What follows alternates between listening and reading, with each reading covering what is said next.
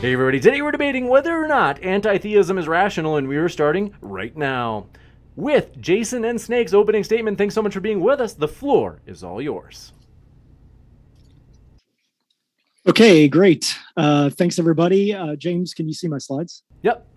Okay, excellent. Thanks, everybody, for being here. I'm Jason Torn. I'm going to open up with the first 6 minutes on the topic of is anti-theism rational? And so I'm going to go just for, again, 6 minutes, and then I'll pass it off to Snake to wrap things up. So just to begin with, a little definitions on anti-theism. There are a variety of differing definitions for this topic. However, the one that we'd like to primarily go with is the view that the belief in God or gods does more harm than good. Now, it's a fairly standard definition. However, from a philosophical perspective, there are other types of definitions, particularly from an axiological question perspective, from a value statement perspective. Philosophically, the definition can also be defined as things are worse under theism than naturalism, and this is due to God's existence, nature, or activity. And we're going to primarily be focusing on the first one, although we're fine with entertaining alternative views or thoughts around the philosophical discussions around anti-theism. So I wanted to make a quick point about the differences between anti-theism and atheism. Some people think that they're very similar or one and the same, or one is a subset of the other. But actually, you can, from an atheistic perspective, you can be a pro-theist atheist. So somebody that doesn't believe in any gods, but thinks that such views are beneficial. You also could technically be an anti-theist theist. So you could believe in a god or gods, but think that those views are actually detrimental. So they are not necessarily the same. And I've got just a little kind of a rubric below from Klaus Cray, who publishes a lot on anti-theism, to show some of the differences in terms of the axiological positions in relationships to these existential views of atheism, theism, and agnosticism. And so that's an interesting facet. We could explore some of those topics, but I just wanted to be clear in terms of that with regards to the definition of anti-theism. So the two aspects of anti-theism that I just wanted to briefly touch upon. One, this generalized aspect of anti-theism, which I think Snake is going to talk about in 6 minutes after this, that applies more to the actual world historical evidence that might indicate more harm than good in relationships to theism. The piece that I'm just going to briefly touch upon is these axiological questions around pro-theism and anti-theism, which I think are interesting. I don't think we need to make an argument about that, but I think that we're willing to discuss that if our interlocutors want to. Primarily these issues of loss of freedom, loss of privacy and dignity, loss of knowledge, and I'll just talk briefly about those in a second. So just to kind of wrap up what I'm talking about, I just wanted to touch upon these 6 areas that I think provide supportive evidence from a philosophical perspective. Religious perspectives on helplessness. Many religions have concepts around it's in God's hands. And if you can extend that to things like health, if we say, oh, I'm just going to give myself from a helpless perspective to God, then I'm less likely to be concerned about more proactive aspects around religion. May not be interested in going to get to the doctor, just in that example. So you can see that the giving away my ability to make decisions, given the fact that God is in control, could be perceived as more harmful than good. The long-term effects of irrational beliefs. I think that there's an argument to be made that some irrational beliefs could be beneficial initially, but over the long term, my position is that irrational viewpoints have a detrimental outcome on our world.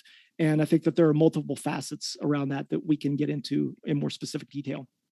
And then just to wrap up my portion, these last four components are philosophical aspects that are associated with some of the citations on the right. Loss of dignity and privacy. If God is all-knowing, then essentially I have no privacy in my world. And those who value privacy, that would be a worse world than a world without God. Issues of loss of knowledge and understanding. If in a naturalistic world, I can explain everything or most things. In a God world, God is mysterious. I can't know the origins of the universe. I can't explore that. So in that world, I have less knowledge about our world than a naturalistic perspective. Also, aspects of commonplace morality, the issue, and I won't go into the detail based on the time frame, but issues of loss of meaning and loss of morality are also two important components that have been argued by many philosophers in terms of support for anti-theism. And I'm not sure where I am on the time, but I'm going to pass this over to Snake now, and I'll stop my screen share and let him talk about some of the more historical aspects of anti-theism. And so go ahead, Snake. You're muted. All right, so jumping in there, every argument for theism is by definition irrational, so it's without reason. And either the argument is fallacious in its structure or it simply has unjustifiable premises. For example, the ontological argument based on the ontological fallacy, one cannot simply define a being into existence. Teleological argument commits the fallacy of composition. Just because humans organize things does not mean the universe itself must be organized and finely tuned. Life adapts to the environment. The cosmological argument for God commits the fallacy of circular reasoning, assuming God is the cause of the beginning of the universe in order to conclude that God created the universe. I could go on, but one cannot reasonably accept a conclusion if the argument structure is fallacious or unfounded. So to oppose irrational argumentation is rational by definition. The moral argument for God also fails because morality itself is stunted under a theistic worldview. Most of the other arguments for God are simply the God of the gaps fallacy, look at the trees, life is too complex, etc., etc. On top of that, every theistic claim of extraordinary and supernatural events have a lack of evidence and cannot be studied, and those who've tried get no meaningful results. So it's by definition rational to oppose conclusions that are not based on good evidence. And apologetics is an entire field that exists just to excuse God's conspicuous hiddenness and immorality. I believe religion should be treated with mockery rather than treated as noble or some harmless belief in the vein of to each their own, because irrational beliefs are themselves tangibly harmful simply for being irrational. They don't represent reality. A society that accepts and respects irrational methods of coming to conclusions is a more dangerous society that cares less about rigorous and justifiable conclusions and will inevitably be permissive of really bad ideas. Our society tells us respect people's religious beliefs, but this makes us turn a blind eye to, quoting Sam Harris, the motherlode of bad ideas, like such as found in Islam. If we treat these ideas as valid just because they're religious, despite knowing that they are based on faith and not rationality, we're now forced to tolerate genocidal and hateful ideas. These ideas should not be respected. They should be actively opposed, so they're not taken seriously by those in power and those who vote or fight to get others into power. Not only is the foundation of faiths irrational, and it clearly is, or else it wouldn't need to be called faith. It would be called proof or evidence. But religions actually are anti-rational. Stories in the holy books frequently contain claims that are counter to scientifically verified knowledge, and these things contribute to the slowing down and suppression of scientific progress. Claiming the Earth orbits the sun was considered heresy by the theocracies of the past, and scientists were punished for this idea, not to mention all the other heresies where people were burned at the stake just for not conforming with their thoughts. Without religion, we don't have flat earthers in the 21st century. We don't have creationism. Without religion, we have more respect for the earth and finite human life. For example, what is killing when you believe in eternal souls? It's not as bad as if you actually destroy a person. Without religion, we don't have notions of souls, which interferes with a lot of government policy decisions as well, and people's views on the value of life here on the earth right here and now. And when you accept beliefs just because some book said it is, said it inside of it, this is actively interfering with our ability to think rationally as a matter of habit. If you think knowledge can be gained by irrational means, this is going to slow gaining knowledge with rational methods, and at times even suppress it if it goes against the word of the Holy Book. So religion slowed the progress of science, but even worse, it absolutely devastated the moral progress of our world. And that stain is still with us. Beliefs inform decisions, and if you believe people will actually still exist after death via immortal souls, there's less respect for human life, since there's less harm in earthly death. Abrahamic religions are not only permissive of violence and genocide, but they demand it and excuse slavery, sexism, homophobia, and racism. And it enshrines these by the word of God and encourages people to enshrine these values via theocracies. Morality via God is literally stunted. It simply uses God as a proxy for what is right at best, but offers zero understanding of what right and wrong really are. The closest God-based morality comes is might makes right. God said it, so it's true. But this ignores the important question of why God said it. Why is something good or bad? Theism offers us no answers, simply commands, and we're not allowed to question them upon pain of eternal torture. Do we really have a better society if we teach our children they will be tortured for eternity if they have the wrong opinion about the name of God? Is our world better off to teach people it doesn't matter what they do, only if they believe in the correct God? What about the Hindu caste system? Is the world better off for these ideas? The idea that God or gods own us or use us for their purposes, allow all the evil in the world they created, diseases for innocent children, natural disasters. This creates a really bad relationship and outlook with authority, blindly accepting it. And God is the most villainous and unpleasant character in all of fiction and represents the most diabolical, evil plan of all time. A society that excuses the actions of such a hateful being, fictional or otherwise, is a sick society. And if he does exist, we have even more major problems. When we accept these beliefs, we are more likely to develop a permissive attitude toward immoral actions since we're on God's side anyway. Atheists are underrepresented in the American prison system, according to Pew polls and Public Religion Research Center. Violent crimes and conflicts are overrepresented in less secular societies. Let me skip ahead a little bit. I don't mean to accuse my opponents of holding these values, but it is a problem when you defend the sources of these values. And so it's rational to oppose all this division, hatred, unsubstantiated claims. And thanks. Yeah. Want to say thanks so much for your opening statement. We're going to kick it over to the other side as well, but want to say, folks, if it's your first time here at Modern Day Debate, we're a neutral platform hosting debates on science, religion, and politics. We hope you feel welcome no matter what walk of life you are from. And hey, if you haven't yet, hit that subscribe button. We have many more juicy debates coming up. At the bottom right of your screen, for example, Vosh and Alex Stein collide for the first time next week on whether or not it's okay for kids to attend drag queen shows. You don't want to miss it. Hit that subscribe button. And with that, thanks so much for being with us. Stuart in Cinematic Psychology, we're going to kick it over to you for your opening as well. The floor is all yours. Thank you, James. Would you be able to stop me at the 6-minute mark? Because I don't want to take up too much time. For sure. Great, thank you. So I'm going to go ahead and share my slides. One moment, please. And while that is loading, let me know when you can see it. Okay. Hello, my name is Cinematic Psychology, and I will be arguing an agnostic perspective on this motion that anti-theism is irrational.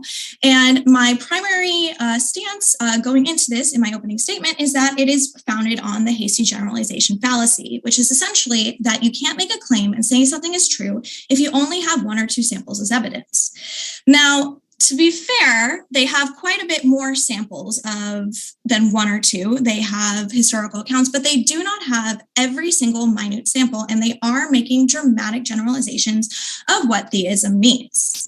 So, and this sort of generalization is absolutely impossible to make because each and every religious person has a very deep, personal, and unknowable experience that can't be defined not by a text, not even by society, not by anybody except for their own experience. You can see this variation within religious attitudes within America itself. So what does it mean to be religious? An atheist or an anti-theist might try to argue that it's the belief in a God that is omnipotent, omnipresent, and omnipotent. However, this is simply not the truth. Many religions, in fact, do not argue that this is the position, and people within religions themselves have dramatically different interpretations of each text. For example, you can see within this graph that 70% of American college graduates believe that God's love all people despite their flaws. However, only 33% believe that they determine what happens in their lives all and most of the time. Religion is a spectrum, and it is not constant. Rather, it is fluid and is adaptive. One of the common criticisms of religion is that people pick and choose verses according to their own whims, and I will argue that that is not a bad thing, but rather that is one of its attributes. It is sort of a guidance that allows people to interpret it via their own standing. So with that in mind, I would like to say that their general criticisms of theism are basically impossible to pinpoint because they cannot pinpoint what a theist is. Even with people who have strict determined religions, a Christian who is an evangelicist might internally believe something dramatically different from somebody that they go to church with every single day. And that dramatic belief will affect them in different ways. Now on to my rebuttals. So one of the key arguments that was presented by the affirmative was that religion leads to a feeling of helplessness. However, according to Frontiers of Psychology, it has been consistently found that individuals with internal locuses of control, as in believing that they have the ability to change their lives, were not only more likely to believe in a divine power, to admit to a divine power helped them in the past, and to ask for the divine power in the future, and to attend worships than those who were external. So people who are more likely to believe that life is not in their hands, that they have no control, are less likely to be theists. So therefore, how can you necessarily determine that this will be helpless? And additionally, another point that was brought up by my opponents was the concepts of religious war, zealotry, and all of this sort of horrible crimes that happen because of religious societies. And I'm going to argue that you're blaming a simple aspect of human nature for the crimes of human nature itself. These things that are happening, there's a correlation between religion and these crimes because people commit crimes and people believe in religion, but that's not causation. In fact, if you look at the 5 most brutal dictators and most brutal regimes that were the most oppressive to their people within the 20th century, 4 of them were anti-theists. One of them, Hitler, was Catholic, but the Nazi regime was largely influenced by Nietzsche, an anti-theist. So you cannot say that religion is causing all of this pain when you remove the factor and it still exists. So Snake mentioned the fact that they believe that religion is rational because there's no necessary reason to believe, and that faith is inherently irrational in and of itself. However, the definition of irrational is lacking usual or normal mental clarity or coherence. The DSM-5, as accepted by popular society, has a stipulation that any beliefs caused by religion cannot be defined as delusions. So at what point do you decide it's irrational? That seems more opinion than general consensus of society. And your experience, you cannot necessarily doubt that. And many people, in fact, believe that they have a direct experience with God. Should they find themselves irrational because they had that experience simply because you doubt it? No. You're asking us to take a leap of faith. Furthermore, I'd like to mention the fact that anti-theists are hypocrites, in that the main criticism that they have of religion is tribalism. Our tribe versus your tribe. Christians killing Muslims, vice versa, battling for your own thing. But by trying to oppress another group, you're shutting yourself off to another person's perspective and therefore imposing your own beliefs and forming an identity around a fixed idea that you don't have proof about.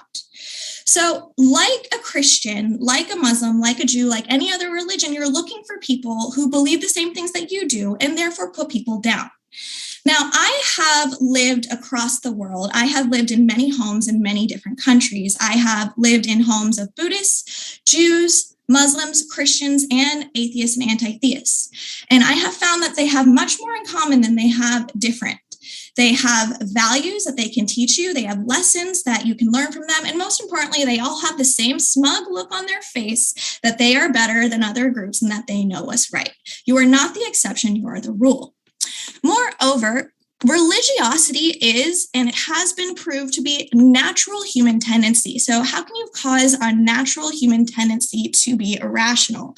A cognitive study conducted by the University of Oxford involving 57 researchers and $1.9 million in 40 separate studies in 20 countries have confirmed that humans are predisposed to believe in gods and an afterlife by biology. So if somebody is predisposed to believe something via their biology, can you necessarily call that irrational? James, how am I doing on time? 30 seconds left. And I will yield my 30 seconds to Stuart. Thank you very much.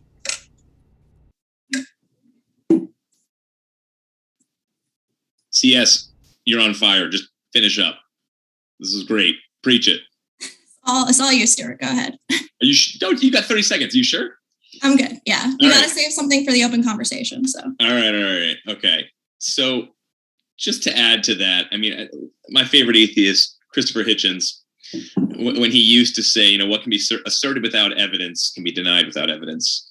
And there was a lot of assertions I heard from the non-atheistic, however you guys refer to yourselves, anti-theistic side. And I have a lot of issues with those assertions. I would have to see studies. I would have to see a lot of different pieces of evidence. The latest we probably all know is out of Harvard that the US Post and many other newspapers picked up, all the different health benefits when it comes to dealing with suicide, depression, anxiety, when it deals with 7 years longer of life expectancy, when it comes to dealing with crime. The Harvard study that it comes out every 5 years is so impressive for those who go to church on a weekly basis compared to those who are atheists. It's not even close when it comes to what can Christianity actually do for the world. That's it. Oh, I have a little bit more to add if you don't want any more time. That was 30 seconds though, right? Oh, no. I talked for 5 minutes and 50 seconds. Oh, I thought you were saying, okay, I thought you went for the full 11 and a half. Okay. All right. So here we go. Good to know. So that's my favorite latest study. But I think you always have to come back to what are the latest studies saying? And a recent book, not written by a Christian, The Character Gap, How Good Are We? Christian Miller observes that literally hundreds of studies link religious participation with better moral outcomes. You can pull from the sociologists Christopher Ellison and Kristen Anderson, discover that the levels of domestic violence in the US sample were twice as high for men who did not attend church versus those who attended at least once a week. And that was out of the Journal of the Scientific Study of Religion. Religious participation has been linked to lower rates in 43 other crimes. T.D. Evans, for example, talked about how religion and crime re-examined in this essay he did, peer-reviewed, the impact of religion and secular controls. He talked about just the incredible discrepancy when it comes to these crime rates in those who are religious versus non-religious in different countries. In the US, regular service attendees donate 3.5 times the money given by their non-religious counterparts per year and volunteer more than twice as much. So religious attenders, 3.5 times they give as much per year and volunteer over twice as much than those who are atheists and non-churchgoers. So obviously, another interesting book would be Ronald Osborne, Humanism and the Death of God. Basically, again, I don't think he's at all vouching for the Christian belief, but he says there is no way you can get human rights from scientific naturalism. If you lived out scientific naturalism, it's the strong eating the weak. It's all about oppression. It's all about raised red in tooth and claw. It's all about any means necessary. I live right outside New York City. And so I'm a pastor as well as a therapist, and I do apologetics across the country. We're going to be in Louisville soon. And especially being outside of New York City, you mingle with a lot of Wall Street guys and women, and you see scientific naturalism. You remove God, you remove church attendance, and see what goes on when money becomes God. And basically you see morality completely drop off the map, by any means necessary. You see the selfish knife, for example, going on when it comes to, social contract theory, there is no God, let's get together, let's try and do good. But then again, what is it going to ultimately motivate the person who's on the back end saying, well, if I can get away, if I can skim off the top just a little bit, if I can get away with just a little bit, I'm going to go ahead and do that. It's not going to really hurt anybody. And so what's the motive ultimately?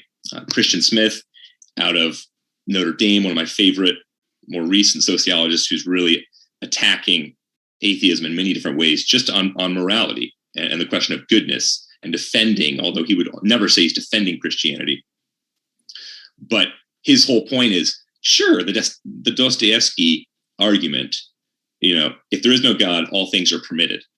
Obviously, if one doesn't believe in God, doesn't mean that they're going to be ethically worse, that they're going to devalue human life more. No, I have many atheist friends who live out good lives. Yeah, that's not it. The problem is, look at ideas. Look at the consequence of ideas. Look at the consequence of the fumes we are obviously living off of, even though our age here in the US in some ways is becoming more secular, the increase of religious nones. And yet at the same time, there's a great increase of those who have grown up in the faith. But you remove Judeo-Christian values and how we grew up all on them, whether we want to admit it or not. And do I think we're going to have the Great Purge within a couple of years? No, not necessarily. Do I think we're going to have something like the Great Purge if we remove theism completely for the next 100 years, say 100 years from now? Maybe, unless you say, well, no, it's going to be humanism. We'll write a Bible, the Humanist Manifesto, for example. Okay, well, you're just still stealing from Christianity. I mean, sure, if you want to just remove the Bible, bring in the Humanist Manifesto, any honest philosopher or historian will say, no, that's completely stealing from the Bible. Now, it's adapting here and there, but you're just stripping from Scripture. And the latest, Tom Holland and many other historians out of England have talked about that at length. And by the way, they're agnostics and atheists who are saying this. They're the historians. So that's a big piece. I mean, Peter Singer, I'll go here since he talks a lot about the dangers of Christianity.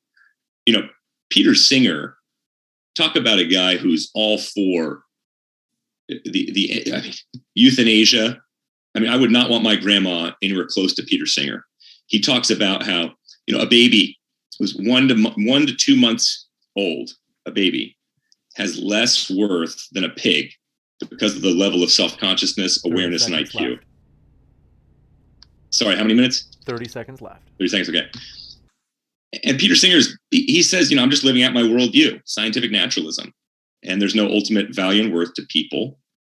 It's basically just self-consciousness, awareness, and IQ. And so if the pig has higher than a 2-month baby, kill the baby. He doesn't say this exactly. Kill the baby, basically, and let the pig live. He's got more worth.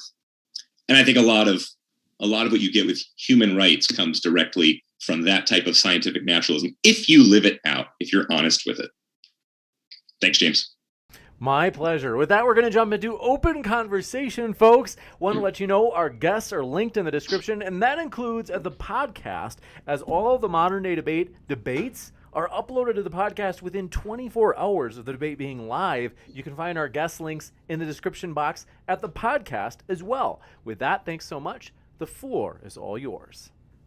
All right, Snake, I'm coming for you. So you mentioned in your argument that religiosity is negatively correlated to resistance of crime, or rather atheists have less crime rates. However, I have the exact opposite statistics from Maripedia.org that shows that across all sectors, likelihood of adolescent crime has a negative correlation to religiosity, from crimes worth of life in prison to petty theft. So what is your evidence that shows that atheists commit less crimes? It's from Pew Research. There is 23% of the population is religiously unaffiliated, atheistic, agnostic, and in prisons, that's 11%. So that's literally less than half. And what age group does this comprise of? Anyone in prisons. Anyone in prisons? Yeah. So my study focuses particularly on adolescent crime in general. Do you think that's significant? Do you have the citation for this? Yes, I do. What is it? Your citation?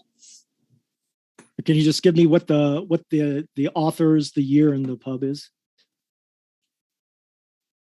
Yeah, I'm pulling it up right now. Okay, so let's see. And while I'm pulling it up, it also shows that religious populations tend to have fewer homicides and fewer suicides. It's interesting because there's a wealth of research that secular countries have lower crime rates. Stephen Law has written from, believe Columbia has written considerably on this topic. And he makes several references to religious countries over time that become less religious improve in terms of their outcomes. So anyways, I'd love to see the citation. Actually, I'm pulling that up right now, but, I've heard that argument before that more well-developed countries are less likely to be religious. However, that is correlation and that's not causation. From this study that I mentioned previously about how religion is a natural occurrence, let me pull that up again. And don't worry, I'm going to get your site. The Cognition, Recognition, and Theology Project, it found that people are more likely to have religious beliefs when under stress or pressure. So this is actually a coping mechanism that is biologically found, and it actually has been shown by the exact same study to improve societal cohesion and peace. So therefore, with that in mind, it makes perfect sense that well-developed and successful countries would have less religious beliefs. This is not causation. Nobody's claiming that it's directly causal. There are interactions and effects. We know that there are multiple variables involved. Nobody's saying that it's a singular causal impact. I think that's the way it is with all analyses in this instance. But I'm sure you would agree that we do see correlations in that respect with countries that have declining religiosity and improvements. Now, there could be other who have better health don't end up in the hospital, do they? Well, but there could be other attributing factors. But certainly, it is interesting that we do see decreases in religion, increases in overall outcomes in societies. Yeah, you don't go to the doctor when you're not sick. Well, that's anecdotal. No, it's obvious. No, it's not. You're just making you're just making a statement. I'd rather just stick with like the large breadth of research in that particular area. You're just making a fallacy. That's what you're doing. What's the fallacy? The fallacy is that you're saying that because societies are less religious, they're more successful. And I'm saying it's the other way around. Because they're more successful, they're less religious. I'm just saying that the data shows that countries that are less religious or locations that are less religious tend to have better outcomes. Now, there could be other variables that are involved, but that's an interesting outcome. Do we see the opposite? The countries that become more religious? Yes, we do. Which countries are those?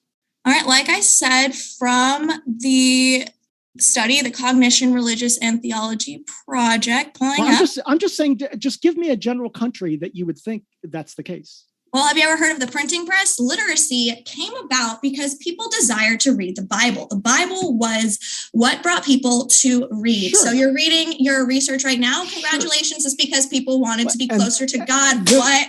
Bam. And I'm glad that you're doing a little cheerleader dance. That's nice. That doesn't that doesn't support the position that you're talking about. And actually, it does. Wait a second. I'm responding. Are you interrupting me? Sorry. All right, I was one talking. sec. To have order, just to be I was sure. talking. Let's kick it over to Jason for a bit. I'm gonna give you about 2 minutes, Jason, and then we'll kick it back to either Stuart or Cinematic. Sure. The one point I wanted to make is that in my presentation, and I actually have several comments about what CP was saying previously in her rebuttal, but that in my presentation, I made a very specific statement about the long-term effects, the long-term relationships of irrational beliefs. So you can have an irrational belief like the printing press, or as an example, you can have short-term benefits based on religiosity. Nobody is denying that. What I'm saying is that over the long term, irrational beliefs that are not based in fact over the long run, result in negative consequences. So you're right. You can have beneficial outcomes initially, but over the long run, well, I don't think that that's the case. And I think that the research supports that. Yeah. Why do you want people being happy based off of delusions? Okay. Once again, the way that you're defining a delusion is completely arbitrary because a personal experience is a personal experience. Can I say that I'm having a delusion because I'm drinking water? Yes or no? No. So if I feel like I'm having a religious experience, it just seems to be arbitrary that you're calling it a delusion. if you're walking around saying that you're having a relationship with someone, maybe, I don't know, you have this baby daddy, or you're telling your friends, oh, I'm engaged. No one can find any evidence of this person. They go through your phone. There are no phone records. You tell them their name. The name doesn't exist. The address doesn't exist. This is a delusional belief. Except, That's the case with that God. there are thousands and thousands and thousands of accounts of people experiencing God. Seriously, not true. no one has There's any thousands and evidence thousands of accounts of experiencing schizophrenia. Wait That a is minute. absolutely ridiculous, and it's No. completely So wait a minute. So because that's a fallacy of populism. That if no. Snake It is. defined a delusion using Snake's own logic of something that no one else can account for and no one else can therefore assert is happening. However, everyone when the else, everyone's massive experience is groups of different. people are asserting it's happening, that doesn't mean that it's actually happening. Just because a bunch of people you're may taking- believe something, it doesn't mean so it's happening. basically, yeah, sure, it doesn't necessarily mean that Right. it's happening, but Yes, that's correct. But your logic is that it's a delusion because no one else can confirm it. But when we're talking about thousands of years of holy text and thousands of people with similar experience in confirming it, can you really call it a delusion by the same definition? If you're trying to, it's not objective. Where's the evidence? Where's the evidence? Oh, that's nice little dance there. I want to see you dance. I bet you'd be really cute at it. I can, but I prefer to stick to the content.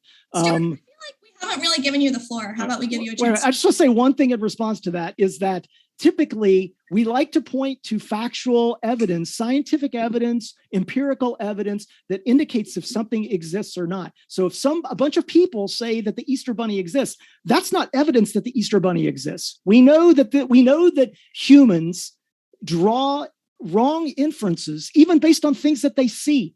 People think they see ghosts. People think they see aliens. People think they see all kinds of stuff that we don't have any evidence for. So just because a bunch of people see something is not evidence that something like that exists. And I would say that can be delusional.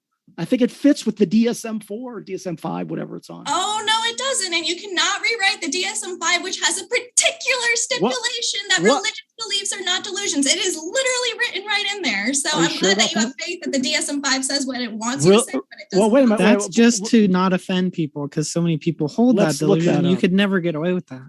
Yeah, but Jason literally just said that he believes that that's in the DSM-5, and that's just ridiculous. Okay, well, I'll look up what the specific verbiage for a delusion is in DSM-5. While you guys, do you not agree? If you haven't said a lot yet, Stuart, if you had anything, I want to give you a chance. James, you could speak to this one. You're going to be the psychologist here. But I'm a therapist. My wife's a therapist. One of my closest friends is he's the head of family services at the top psych unit down the road. He would say the Bible is the best psychology book in the world. And I don't even think he's a Christian. He's an agnostic. Delusion. In terms of comprehensively diagnosing the human situation, the complexity of the human being. You have physical, you have emotional, you have social, you have intellectual, you have conscience-based reasons for why people struggle with mental illness. I was just at a funeral today, and the atheists and theists were both agreeing that we all have a God-shaped hole. And if you put anything in there other than a God, call it the untethered soul by different celebrities, the incredible national bestseller when it comes to dealing with suffering and substance abuse, you give somebody spirituality, you give somebody a God, and it will help them. So emotionally, psychologically, and even relationally. So if we're going to go on down this whole path, I mean, checkmate. I'll go here and I'll just keep going. And it's an easy one, really. But if you want to get more serious, and Snake is talking about the irrationality, where did we get the term progressive from? Even the term progressive is a Christian term. It defined Christians early on. It pushed away from much secularism, but especially Islam, which was cyclical in nature and how it studied different types of the atmosphere and what they saw in the environment. Christianity was known as a progressive faith because it said, here's where history started, here's where history will end. And so you go out, Galileo, Copernicus, you go out, Kepler, Newton, all of these Christians who you can read in their autobiographies about their faith. It wasn't just the type of water that they were swimming in, about how incredible their faith was and how that directed their inventions, their ideas, their progressive ideologies. And so the irrationality of faith and supposedly the spaghetti monster and my close imaginable friend. I mean, Snake, you talking about this stuff, I debate tons of atheists. I know for you, this is all emotional smoke screens because you're not coming close to entering into the debate by saying these very simplistic things like, oh, the milk carton could be my God and somehow close enough by giving me my nutrients and being close to me. I mean, enter into the debate because I could easily come at you with, okay, I believe in, say, the virgin birth of my God. What you believe in the virgin birth of the universe. I mean, I could even hit you with a statistic of almost 80% of atheists are white males. Both of you are white males. There's a good chance it has a lot to do with it. There are so many statistics on rationality and thinking through, okay, why are we actually believing in what we believe in? And so this whole idea that it's totally irrational to believe, I mean, how much literature do you truly need? How about the book that made our world by a Hindu? Read that book I'll give you another 20 seconds. T.S. was saying in so many different ways what all came from the Christian faith and the Bible specifically. So a lot there. It's ironic that you talk about just one religion. So it's not about theism versus atheism. It's about your specific regional God. And you believe everyone else is of the devil and going to hell. And if you want to talk about, oh, I only believe something because I've been determined to do so by my birth, circumstances of birth, well, there's no more better correlation, predictive feature of what God you believe in than where you were raised. So you just believe in that because that's what you were raised with. But what I really wanted to get to was why isn't the Bible? Why isn't the Bible? I didn't hear that. Genetic fallacy. I mean, that's so easy. I'm pointing that out because that's what you just just No, right? That's so, not. No. I'm not saying you're definitely atheist. I'm not saying you're definitely atheist because you're white males. I stated a very interesting statistic. Yeah, and I stated it right back to you. You said definitely. You said 100% chance. No, I said different. I did not. That's genetic for I absolutely did not. I said it's the greatest predictor. So why isn't the Bible the standard for psychology? Why isn't demon possession, which is in the Bible, the cause apparently of mental illness in the Bible? Why isn't demon possession in the DSM-5 if it's such a great book? Why? Okay, so Greek terminology in the Bible is kissed by the moon. So Jesus was casting out demons, so it's delusional, as well as dealing with mental health issues, which is the Greek kissed by the moon, which makes a lot of sense because mania is connected with the full moon. We know all these things. So what? So you're discounting. Wait. Let me get this straight. M. Scott Peck, one of the most notorious, incredibly gifted MD psychiatrists, talked about demon possession, genetic and the spiritual side. That's a stretch. That's genetic. The bestsellers are endless. I mean, you're saying discount it simply because demon possession is not in the DSM? I don't understand. I'm saying discount it because it's delusional to believe that casting out of demons and dipping a living bird in a dead bird's blood to cast out leprosy, that is delusional medical advice. All right, so you know what? Total straw man. A little bit confused. That's in your Bible. That's not straw man. You were discounting the DSM-5 because it said that religion cannot include religious beliefs, but now you're saying that the DSM-5 discounts the Bible because it doesn't include it. So do you worship the DSM-5 or do you not worship the DSM-5? We're not the fact of the matter is there are many different ways to interpret our reality, the DSM-5 being one of them. Right. And there are delusional ways. You're making the exact same mistake. Ways of testing. So there's something and ways called of the assuming. ABCs. The ABCs in psychology, anything but Christianity. So thank heaven, Snake, you got this one right.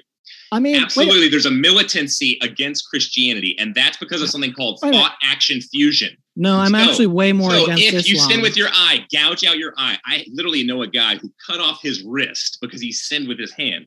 Thought action fusion is basically the following. It's taking scripture. It's understanding that if Jesus said, you lusted with your eye, gouge it out. It's basically equating the thought with the actual action.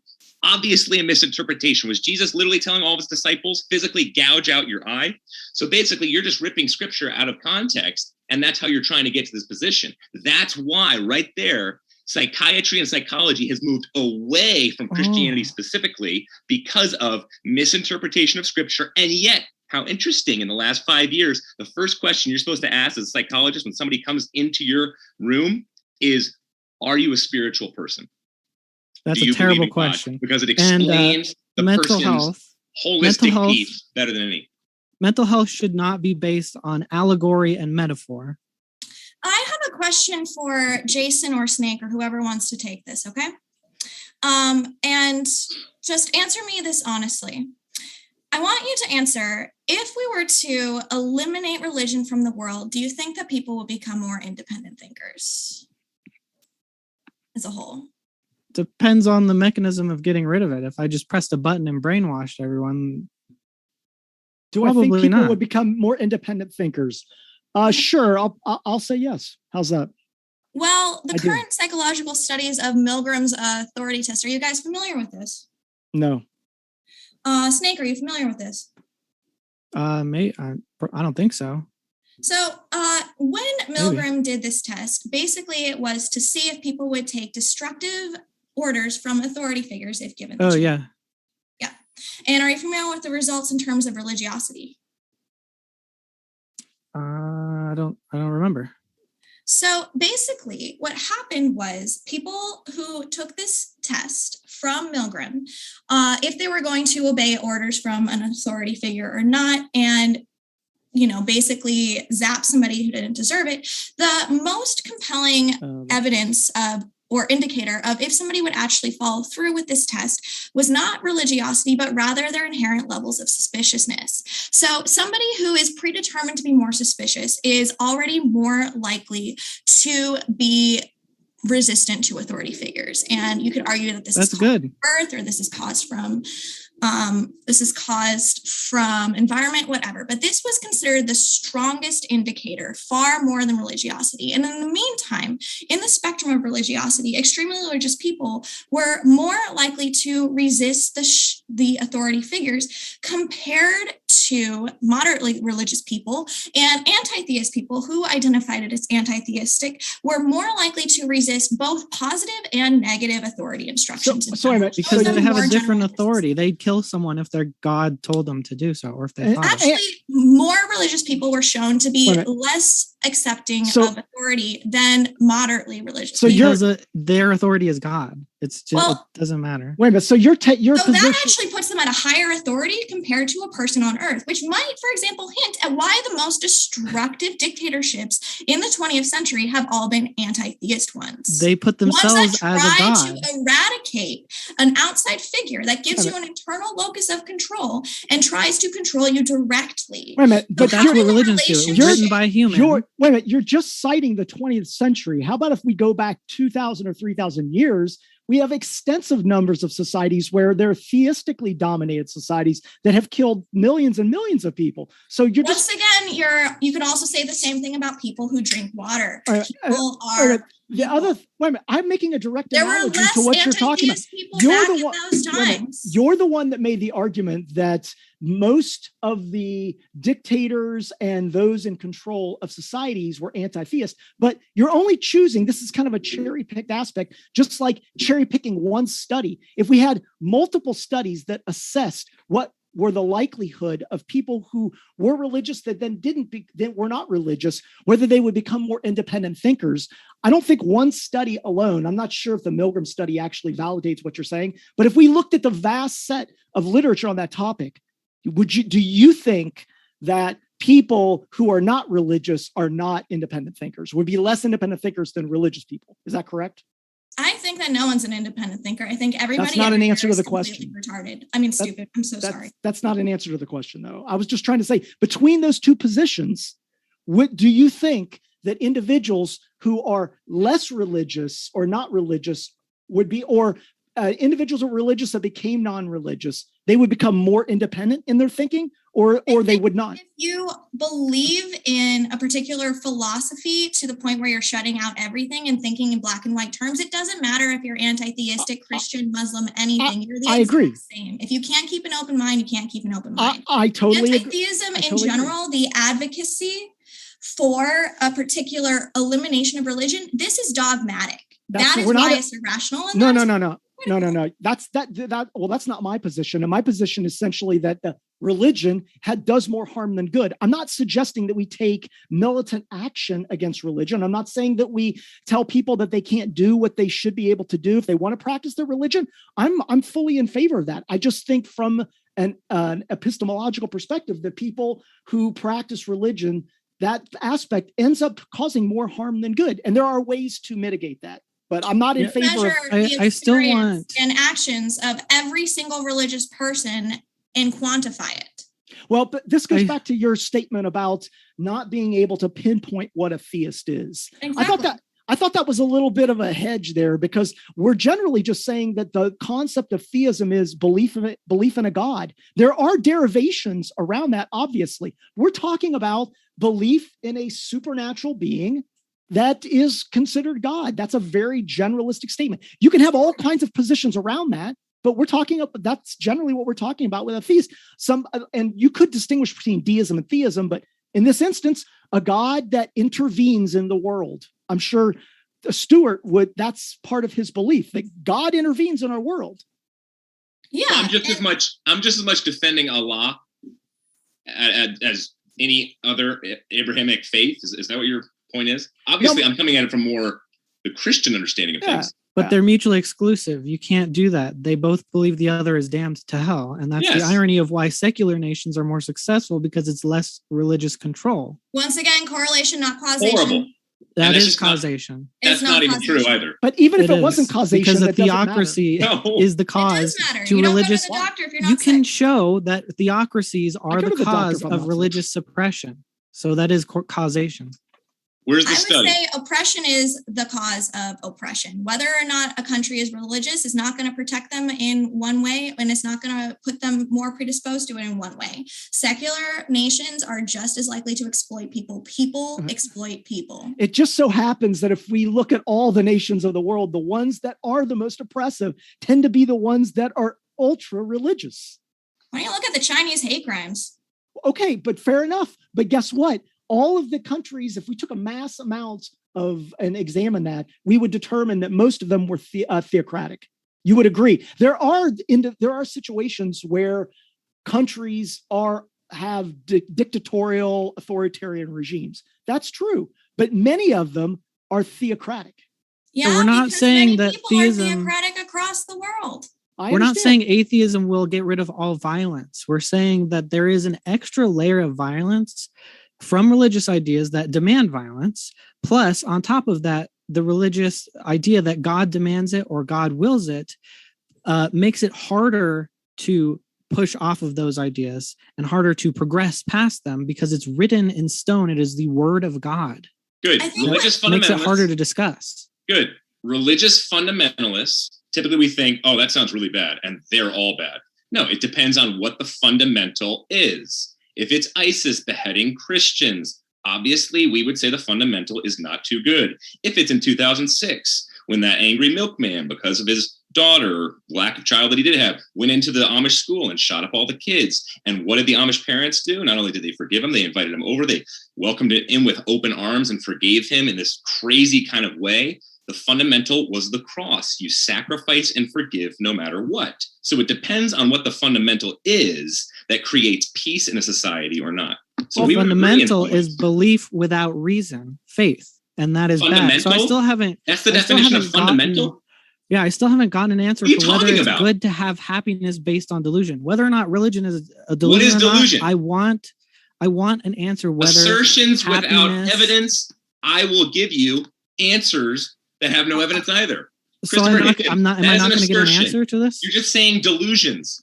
What do you mean by delusions? The definition of delusion. I'm saying it doesn't. You can cut religion out of this. I'm not talking. What's the definition of delusion? A delusion is not you, Jason. A false belief. Jason. Snake. A false you keep belief. saying it. I want to hear what is the definition of a delusion, and how do you know the Christian God is a delusion? A false belief held without changing one's mind, despite evidence to the contrary. I've changed my mind multiple times. On the existence First of time God. was in college. So you did believe in God? I've had delusions. Total straw man and a ridiculous claim. So you're not going to answer the question. Okay. So I've asked you 5 times. A way to answer this is to say, Stuart, is it possible? Could you change your mind about God? Yes. So in the future, you could not believe in God. Yes. Is that correct? Correct. Okay. Well, most people don't take that position. Most people Totally have the false. That Totally is false. a hasty generalization. No, why? Unsaved, Wait, you're wait, taking it out of Spectrum is Hebrews. constantly You're taking it shifting out of and the. it's constantly So changing. you're Who are saying you that- to say that most people Oh. take a certain position and then argue? Straw man. Stuart, you're 100% right. He's making a straw man. I'm not It's making a embarrassing straw that you're man. saying that to a Oh my pastor God.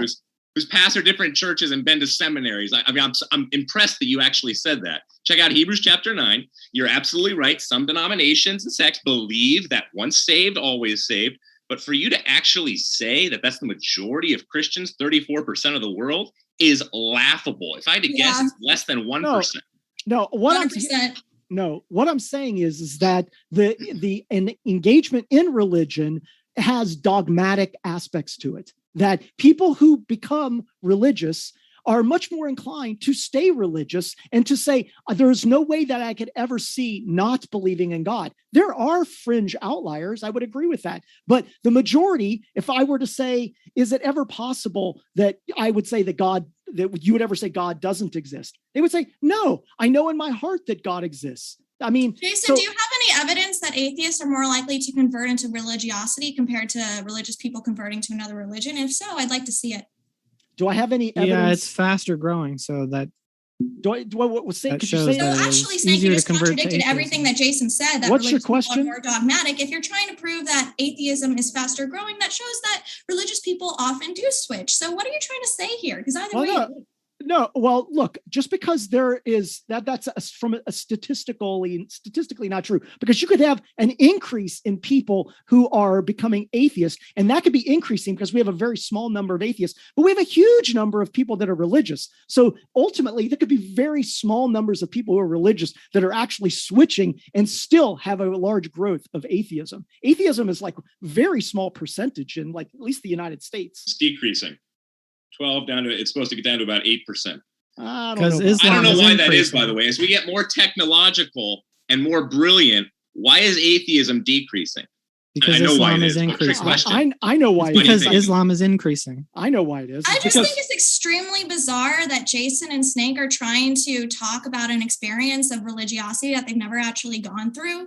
Who said- I can what- tell from being that's a within straw religious man. You don't know that. communities that it ebbs and flows. You don't know Any that. But Christian, I- any I- religious person I agree will with this. express that your closeness to God ebbs and flows and changes constantly and adapts to where you are in Fine. life. To just I agree with think this that we're because constantly dogmatic and I'm not stuck saying in a that. particular I'm not saying religious you're way is constantly dogmatic. Absolutely absurd. I'm not I saying JT, agree JT, with I will that say this, people JT. struggle with JT, faith because JT, let me it's take very it real hard to quick. believe. you straw man me, CP. You were If you implying guys that are I didn't have any honestly going sense this of dogma- religiosity, changes in religion. I was religious at one point. I was born and raised Lutheran, baptized. Was a member of my church. My daughter was baptized when I was younger. I have had a change of heart in that respect.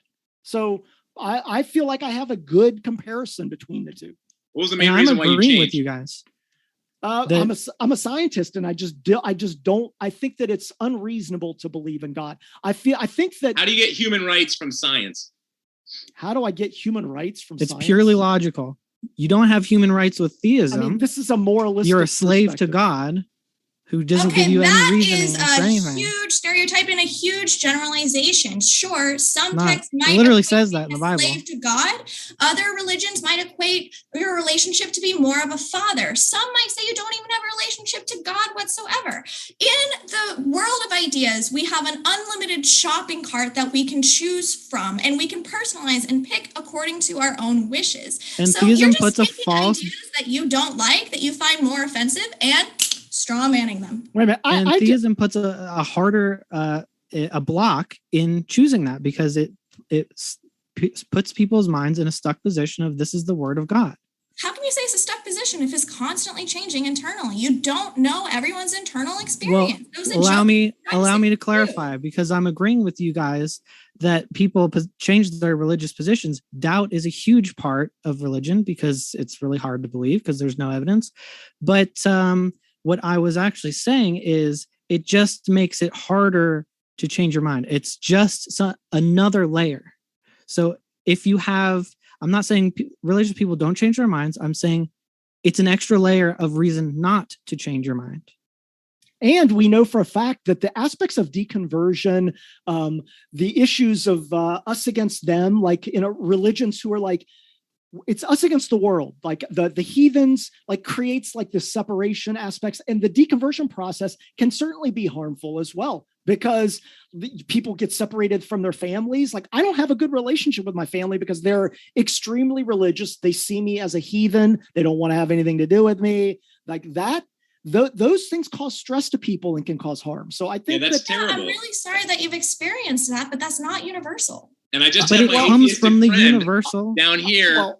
He goes to an Ivy League college, and he said to me, "Hey, look, the Christian faith has a lot of evidence, but I cannot ultimately accept it." He said this after we went through about 10 different arguments. He said, "I cannot accept it because both of my parents are atheists, and I cannot look them in the eye when I go home tonight and honestly say, hey, I'm actually even considering the Christian faith." Mm-hmm. So that cuts both ways. Absolutely. That's sociology of knowledge. That's the pressure that we all get, no matter what the position from the outside, from our social groups. But you would agree. 100%. Killing it. But the one thing that I wanted to bring up is that we're kind of all over the board here, but from a philosophical perspective, there are specific arguments around anti-theism. Like one I didn't hear an answer to was the issue of privacy. That in a world where God exists, God knows everything about you. Like there is no aspect of privacy. If I value privacy, that's a bad thing. Like I can never. Once again, all of these beliefs are totally optional. Going back to my core introduction in the first place. What belief is optional? I personally believe that every human being is God, a piece of God within them. So that's basically saying that I don't have any privacy for myself. You have no idea what people believe, and that changes constantly. So with God, comes an understanding that there is also, you have worth no matter what. So you look at something like 13 Reasons. As a therapist, there was a cult following there, and literally suicide was glorified. There absolutely was no place for God. There was no place for understanding of this life may actually not be your own. You're actually perhaps created for something more by a God, where you have an eternal existence. Basically, kids were getting stuck in contagion and clusters in such a way where it was valorized to commit suicide because you determined your worth. You determined, hey, if I get this depressed and think this way about myself, ultimate freedom, you guys talked a lot about freedom, then ultimately I can do whatever I want and I can kill myself, and that's fine. So it's also the atheist position of self-destructive behavior, which is it's part of freedom. And when God comes in here as this cosmic policeman, who's your best friend, supposedly, who you can't even see, at least that God says, this life is not your own, ultimately. I do give you self-worth. I even died for you. I love you that much. For example, the show was not that atheist. Makes all the difference, rather than, hey, you're just a bag of chemicals. You're just a fizzing can, and ultimately, you do whatever you want with your life because you created yourself. Oh, nice. The show's not brain atheist. Fizz. Most of the also, characters were really depicted as religious, and the show also depicted suicide as an extremely bad thing. That was the entire point of the show. Oh, really? Why did you didn't watch it? Thousands of people leave Netflix because of it. What show? They left because they thought it was glorifying suicide. Bro, don't tell me The whole thing is about how the suicide harms people. The whole thing is about how the suicide was a harmful act. No. Wait, why are we even talking about this trash TV drama? Because he's talking about stuff he knows nothing about. He's just like atheist, theist, whatever. We should all just agree to take that show and throw it in the bin. We're going with Jason's point on privacy, and I'm connecting it with worth and value. And you failed. So if you have a God obviously invading your privacy who created you, then it also gives you a level of worth, of dignity that says, hey, in the Roman Empire, slaves were actually equivalent to their masters. Hey, women and children were equivalent to men. Hey, men, you couldn't have, for example, a mistress. You couldn't have two wives. No, all of a sudden, hey, you couldn't dump actually infanticide. You couldn't dump babies on trash heaps. All of a sudden, no, this supposed decrease in privacy gave us an opportunity where a God came into the fold and said, everybody has equal worth and dignity. Now the oppressors cannot oppress the oppressed. Unless you disbelieve, then you deserve to be tortured for all eternity. Totally refutes aspects of autonomy. Everything Stuart is saying is actually 100% correct. And I'd like to actually bring up a common argument that couldn't be further from the truth against religion, which is that it's oppresses women. Actually, if you look through the course of history on how women's rights have evolved, before the chivalry movement, women were basically just simply treated as objects to be battered and bartered for. However, And it's codified in the Bible and the Quran. The church utilized chivalry and incorporated it into our culture, building our current understanding of romanticism. Women also received a giant increase in rights through the church within the Victorian era in the 1800s, when the church incorporated women as a vessel of godlyhood to teach their family about God, giving them intrinsic value. Women, who are actually one of the helpless people of society, were protected because of these dogmatic beliefs that you claim cause more harm than good. And this is not the only case of oppressed groups receiving leverage because of the value that texts have put on. No, the texts say the opposite. The cultural values went against the religious texts. Well, the culture was incorporating the church to promote them. That's a good point. But I just want to make one Genesis point. 2, Galatians 3:28. I could go down the list of about 20 different texts. I just want to make one point. And elevated women to the place of men. And 3/4 of the early Christian church of slaves, I want to go back to Jason eventually, was female. Yeah, Jason, go ahead. Yeah, no, I didn't want to interrupt you. I'm sorry. And by the way, I think we're having a good discussion on this. I appreciate it. The only point I wanted to make is that we're kind of hitting on all these topics, but I just want to make a point that for those who are watching, who may have a more of a philosophical perspective, that have an understanding of like the issues of value statements, of axiological questions, value statements around anti-theism. The concept of anti-theism has some very specific arguments of like the ones that I was mentioning: the loss of privacy, loss of freedom, loss of autonomy, divine foreknowledge. These are philosophical arguments that need to be provided, like philosophical responses. So while I'm cool with like us talking about these other issues, I just want to make a point that I've yet to hear a refutation of some of these issues of like a loss of privacy. I didn't really hear that, Stuart. I feel like I gave you a perfect one and you ignored it. Well, your one, if I'm correct, yours was, you essentially said, we don't know how to nail down people's views and beliefs. So therefore, that is hard to determine what privacy is to an individual. Well, the question is, if God exists, there is no privacy. What if God is us, like I said? So if you want to define, I think that's an incoherent definition. I think it's a cop-out. I think your mom's an incoherent definition. You're just defining God in a manner that supports your argument. That's what you're doing. That's exactly what theism is defining it personally according to yourself. That's but you don't think... This seems completely subjective then. Exactly. All right, well then I don't even understand then what we're arguing about, because you're just saying theism is just some subjective thing that I've come up with in my mind. That everybody comes up with in their own minds. And that's why you can't So it's not really real. So it's just it's just thought forms. It's not about any actual entity. It's just about people thinking something, correct? Well, your opinions are just as arbitrary and just as made up. If we had a no, they're not just as arbitrary. They are absolutely 100%. If we had a society made up of people that, according to your definition of a delusion, they were all deluded. They were seeing pink bunnies. They thought that they were the king of France, that they were running around with whatever. That society would not be a harmful society. There would not be negative consequences to that society based on their irrational viewpoints. C. Stephen Evans, one of the top 100 philosophers in the U.S. out of Baylor, would laugh at the statement you just made. You could say the Loch Ness Monster out of Scotland as well is the exact same thing as looking at and testing God. No, God has created a whole character for the universe. It's not just this bunny, supposedly, this pink bunny. It's a character outside of the universe that punched a hole into space and time that came into this world. Listen to what you're saying. But there's no basis for that. The Loch Ness Monster. God. Philosophers agree with this across the board. Jason, you got to catch up on this one, bro. There's no evidentiary basis. Behind. There's no evidence for that. You know, Jason, what you said before about a society where they think that a bunch of pink bunnies are running around and Loch Ness monsters and all that stuff, and everybody believes it. Yep. We got no reason to believe that we're not living in that society right now. Oh, that's just a hard solipsism question. That's just like we could be in the Matrix.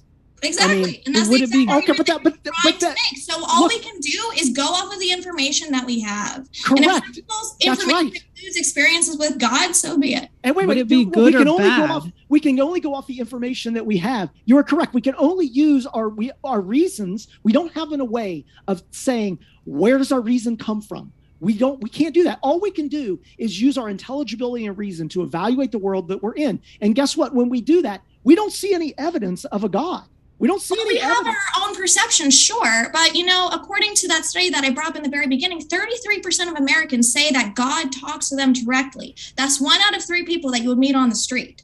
So And he you're says telling different 1 things. out of 3 people to not trust their own perceptions simply because you yourself doubt it? Wait a minute. No. Wait, It's wait, not wait. because it's because he says different things to different people that we can prove that at This is least an most of them irration- are delusions. This is Yeah, an I irrational say belief. different things to different people too. That doesn't mean I don't talk to them, but Mutually This is- exclusive, contradictory things. This is complete. I can't even believe you're saying that. how can you because- say they're mutually exclusive and contradictory when we have entire theists once Do again? you know uniting, anything about the uniting, history of uniting, you're Mormonism? contradicting yourself. Mormonism People- teaches that every member of the church can communicate directly with God, and they kept splintering over and over and over because God kept telling different people that they were now the only prophet of all of Mormonism. Yeah, people disagree with each other. Wow. People That's such strong evidence that God doesn't exist. It's People- evidence that these voices are delusions wait a minute. Wait a minute. or lies. Wait a minute. First of all, we're not trying to prove that God doesn't exist. I mean, this debate is anti-theism rational? So we're talking about the potential harm or good of theism, belief in a God. And so you're making the argument that 1/3 of Americans walk around and think that God is talking to them. And your position is that viewpoint is not dangerous. It's beneficial. Well, actually, when you're talking about the concept of beneficials, it has been proven that out of all religious groups within America, can you guess which one is the least happy and suffers from the most oppression? I'm sure you can. What do you think it is? I don't know. Religious group, or are you talking about atheists? I'm talking about atheists. And how did Because you know there's that that was what I statistics was not a that religious show group. atheists have an overall happiness for other things as well, such as hobbies or economic activity. And it shows that atheists are more likely, this is according to Pew Research, more likely than Christians to say they feel a sense of wonder from the universe. So there are statistics for some things that atheists feel more happy about. And you know what? And it doesn't mean that the truth makes you sad. Is it better to believe the truth or a delusion? Is it good or bad to believe a delusion? The concept of beneficial. As And I a- replied to it. as a scientist, I'm not really keen on cherry picking one study to support your views. Oh, there's multiple studies, honey. On Okay. both sides. Okay, if there's a body of literature that supports something, I'm certainly willing to look at that. Tons. So Not only on an individual level, but a societal level too. okay, so in your position is, and so what is the position that you're taking that there is I'm taking the exact sentence that you said, which Yeah. is, would these beliefs be beneficial? And I'm showing that they are. So your position is that and as an example, if 1/3 of the people in the United States think that God talks to them, that is beneficial, Yeah. and that the science supports that. Yeah. I don't believe it. I'll have to You look don't at think that could you're happen? have to look at the entitled to research. your own beliefs. 20%. Look this one up. 20% of atheists Look, say that prayer helps them when they suffer, praying this to is, God. This is exactly Not just what.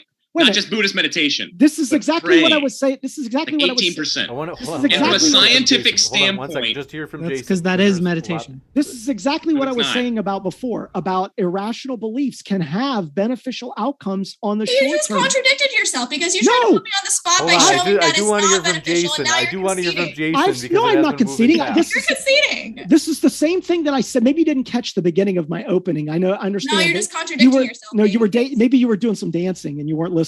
That what I actually said was that the long-term implications of irrational beliefs have negative consequences, and that short-term you can have beneficial outcomes of irrational beliefs. I guess that you're trying to say that irrational beliefs can be beneficial in the long term. If that's the case, think of Sweetheart, you never proved Don't- to me that's, that you know, religion is irrational. completely You never inappropriate. did.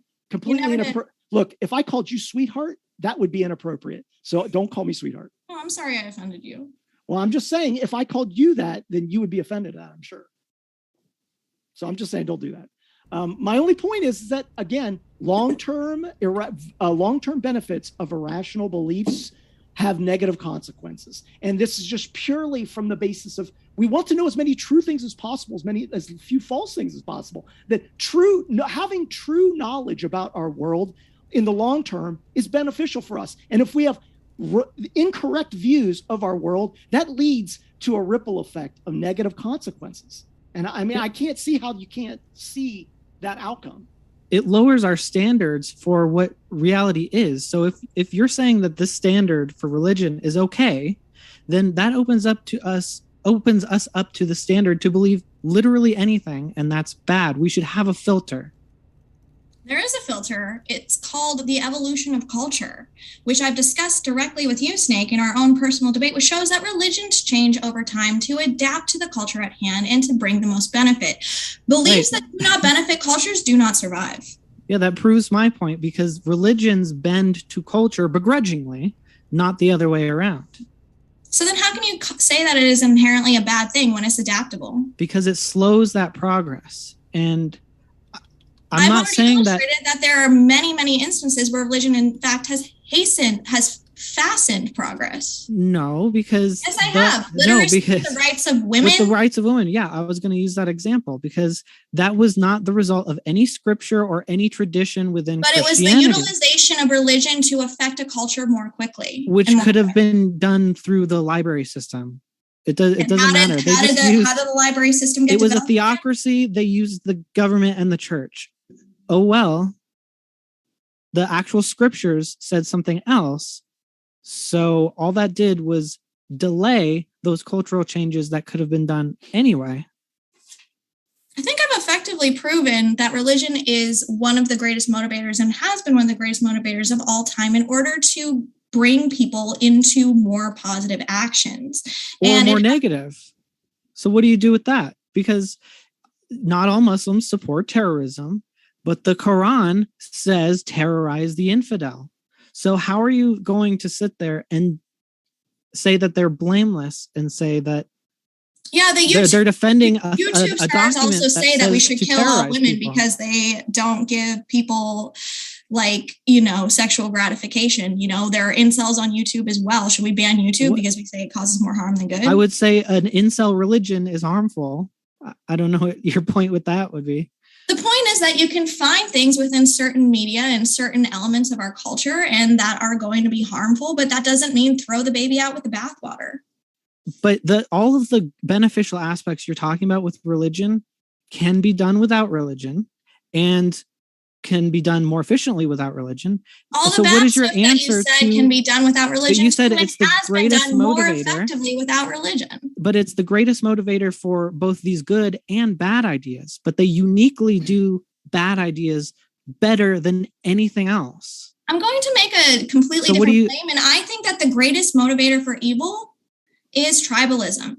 Does religion cause people to be tribalistic? Absolutely. It inflames it. Is it going to matter if people are not religious in terms of tribalism? No. People will still find in and out groups no matter what. This is 100%. But adding religion adds more. There's more religious division. Get rid of religion, you'll still have tribals. But less. You'll have less. I agree that tribalism is a core component, and they're not mutually, or they're not fully mutually exclusive, but you can certainly have tribalism in areas that are not religious. But the insidious aspect of religion is that it is a belief system that involves your immortal soul. It involves what happens after you die. It's one of the most pervasive brainwashing techniques possible. And as such, that belief system, that tribalism is even more extensive. Religious tribalism is much more pervasive than political tribalism. Somebody is much more likely, I think, to say, you know what? Maybe the Republicans actually have a right view on that, or maybe the Democrats actually might have a good point, as opposed to Christians saying, you know what, maybe I should become a Muslim, or maybe the Muslims have a good position on this. I think that the separation, that tribalistic nature, Or even, and that may be even a bad example, it's more like Christianity versus a heathen, somebody who doesn't believe in God whatsoever. Like, I think that is much more insidious, but I would agree with you, CP, that tribalism, that component, they overlap in a Venn diagram, but they don't completely overlap with religion. Yeah, there's a reason we can't allow We're gonna jump religions into to the be Q&A in just a minute. power, to be in government power, because they'll start oppressing the other religions. Hold on. So, first of all, the identity politics and getting your ultimate identity from a political position, I deal with thousands of folks here. I'm going to tell you right now, that one has leapfrogged religion easily. In terms of 6% of Twitter ultimately monopolizes 95% of Twitter content, and that is not religiously based. It's a politically based tribalism. And what would Jonathan Haidt say? He would say that every single person, no matter atheist, Christian, Republican, Democrat, are all self-righteously motivated. And so everybody's going after their own tribe. Now, my whole point, and I'm different from CS on this, is I would actually agree in the last 10 minutes with Snake and Jason a ton of what you said. I mean, I dated a woman from upstate New York who was part of, let's just say, a tribe of fundamentalist Christianity. And I saw all the things that you guys just mentioned. But I've also been exposed to tremendous, not liberal Christianity, but more central Christianity that comes to, it really focuses just on the main tenets and main core, what 34% of the world is actually acknowledged for, which understands these things like freedom, identity, hope, in a way where it's not ultimately oppressive. It's not ultimately a matter of tribalism. No, you see, the most welcoming foundations of Christianity were forged on forgiveness, on grace, on love, on egalitarianism. And you see that when Christianity is done right through someone like Jesus on the cross. Now, if you don't have that, then all this breaks down. And religiosity, yes, that's also in the DSM, causes all different types of issues. So that's where CS and I might disagree some, and I would agree more so perhaps with you guys. But it's important to clarify that issue. But people get along anyway. You don't need religion. Yes, and they do not get along. Religion for others. Atheists. Read it by Alain de Botton, one of the top atheist scholars right now. Read Religion for Atheists and how far he says atheists are behind religious in terms of how to forge communities, how to deal with things like envy, how to deal with things like strife, how to deal with things like breakdown in the family. Trust me, atheism is a long way behind. Read your own atheistic prophets. I actually agree with that. Snake, but and then we're going to jump into the Q&A. Okay, I actually agree with that, but that doesn't mean that there aren't secular ways to do that. The atheist community has just neglected those ways because they've freed themselves from religion and then kind of just stopped there. And I think that's a mistake. I don't know what that means, freeze yourself from religion. Just like delusion, so many of these things you're throwing out there. Again, it goes back to my hitch point. It's just such a clear way, assertions without evidence. Denied without evidence. And I'm going to deny them without evidence. Hitchens is a major anti-theist, though, just so you know. Yes, that's why I'm quoting him. Okay. For you guys. All right, good. I'm trying to help you guys out. All right, good. Okay, thank you. Okay. We're going to jump into the Q&A, folks. So thanks so much for all of your questions. And want to say, folks, if you have not yet shared Modern Day Debate, we encourage you. It's a great way if you have a friend where you're like, oh, yeah, we love talking about these things all the time. They'd probably enjoy this debate. That share button is down below. I use it all the time. You can just grab the link. You can send it through Facebook Messenger, text message, you name it, and you can enjoy it with somebody else, get their thoughts on it. Or maybe you thought your side was most persuasive tonight and you just want someone to hear two sides represented in a debate and for them to hear your side being more persuasive. Well, you can share it for that reason too. Thanks for your question. This one coming in from Made by Jim Bob says, Snake, is scientific progress a good thing, and can that claim be verified scientifically? Yes. Depends on your definition of good, which I can go into, but I don't. And then they said, I don't want to take up that much time. The idea that it's a science, or namely that the idea that scientific progress is a good thing, they're saying, can that claim be verified scientifically? Namely that it's a good thing. You can look at quality of life improved by scientific progress, et cetera, et cetera. This one coming in from Contrarian 420 says, as basic consciousness may be God, in parentheses, as some ancient faiths assert, how is it rational to deny that possibility as it is still unknown to science? I think that might have been for you, Snake and Jason, but I'm not sure.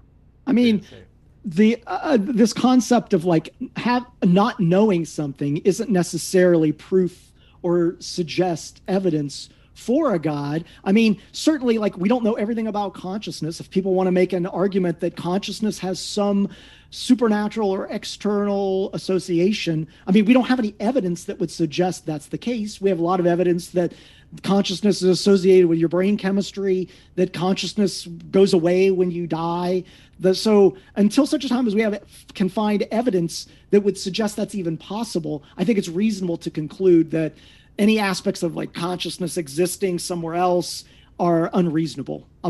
As a scientist, I'm not unwilling to consider that, but I would have to first of all see a methodology of evaluating that and see the evidence for it. No, we just lack data. So yeah, seems like a leap of faith. It's not a leap of faith. I'm just data.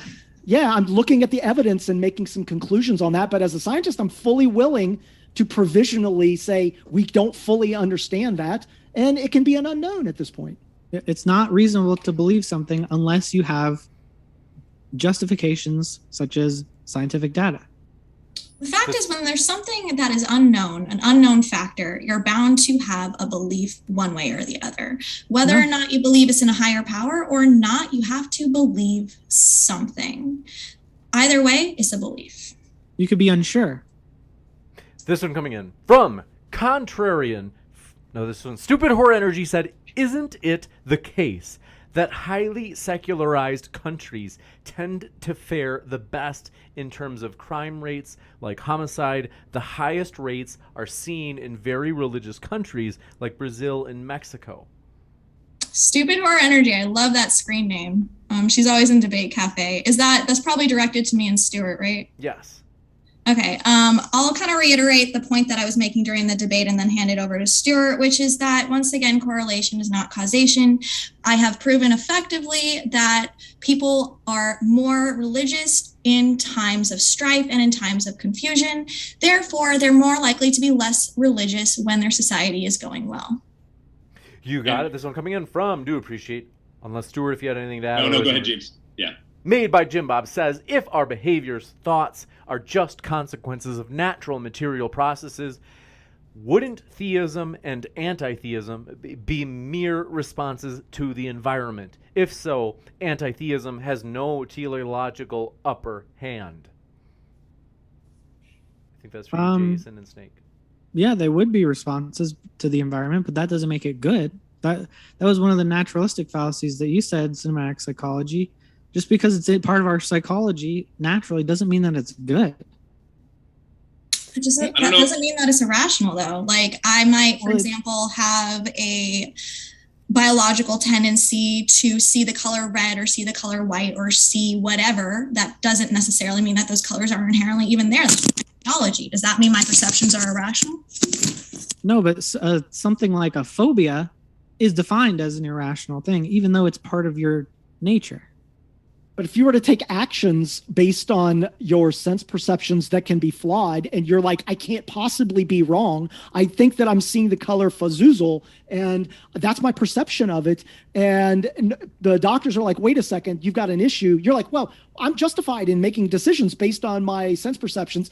Therefore I'm rational. I don't think that is rational. I don't think that's. I'm 100% in agreement with you. And so is the DSM-5. When these beliefs cause destructive tendencies, like if you have a religious belief, like you think God is telling you to shoot people, then it is in fact a delusion. But the question, according to the DSM-5, that we are referencing here in terms of what is irrational, does not contend that religious beliefs are inherently irrational in and of themselves. We have to look at the effects that they cause. Okay. So if I do have a religious belief that tells me to jump off a plane, yeah, that's irrational. Okay. Whoever that was asking that question, the whole issue that he's getting at is scientific naturalism comes down to things like survival of the fittest, but ultimately it's after survival. His point is, just from a scientific naturalistic perspective, somebody like the head of the Human Genome, Francis Collins, for example, would say nothing about scientific naturalism gets after truth and reason. He said it makes more sense if you had a creative, rational God behind it all that then we would seek after things like reason and truth, rather than from a scientific naturalistic perspective, where it's just a total leap in the dark that takes a lot of faith. Whatever God is reasoning with exists whether there's a God or not, and we also have access to that reason. So how do you get, from scientific naturalism, how do you get seeking after reason and truth? It's like a How do you get presuppositional seeking? argument. You can How do you get describe there? it. You can describe it with mathematics, with plain language. Where do you get reason and seeking after truth when from a scientific naturalistic perspective, it's all after survival? That's not naturalistic perspective. What do you mean? I don't know what you're asking. What are you asking? I don't know. Stuart? Well, why are you assuming that naturalism There is this just leap interested that in this guy survival? is getting at in terms of why are we reasoning creatures? Why are we even seeking after truth and having this debate when from a scientific naturalistic perspective, you just go on and there's no ultimate understanding of why do we take this leap to actually even have this discussion when, if we're just simply neurons bouncing back and forth, we have no ultimate creativity that is actually directed from a scientific naturalistic perspective, then why even have this discussion? And obviously, it's a Christian who's asking that question. Reasoning helps with survival. That's the evolutionary reason. Okay, but again, that's completely broken off because there's no connection. Evolutionary psychologists have not found the connection yet between truth-seeking and survival through say, the evolutionary process. They have not found that yet. So that is a naturalism of the gaps. Many philosophers like Alvin Plantinga would say. Even bacteria have naturalism of the gaps is totally fallacious. We have huge amounts of history. Scientists throw out stuff why don't you all let me the time, saying we don't really know exactly the answer here, so let's just make up a scientific one. What do you mean it's fallacious? Why don't you let me? I think you're being defensive because ultimately you're gish galloping. You're gish galloping. You're totally just you're gish galloping. You're gish and nervous you're because filibustering. ultimately You're filibustering. You're filibustering. I understand what you're saying. Yeah, sorry.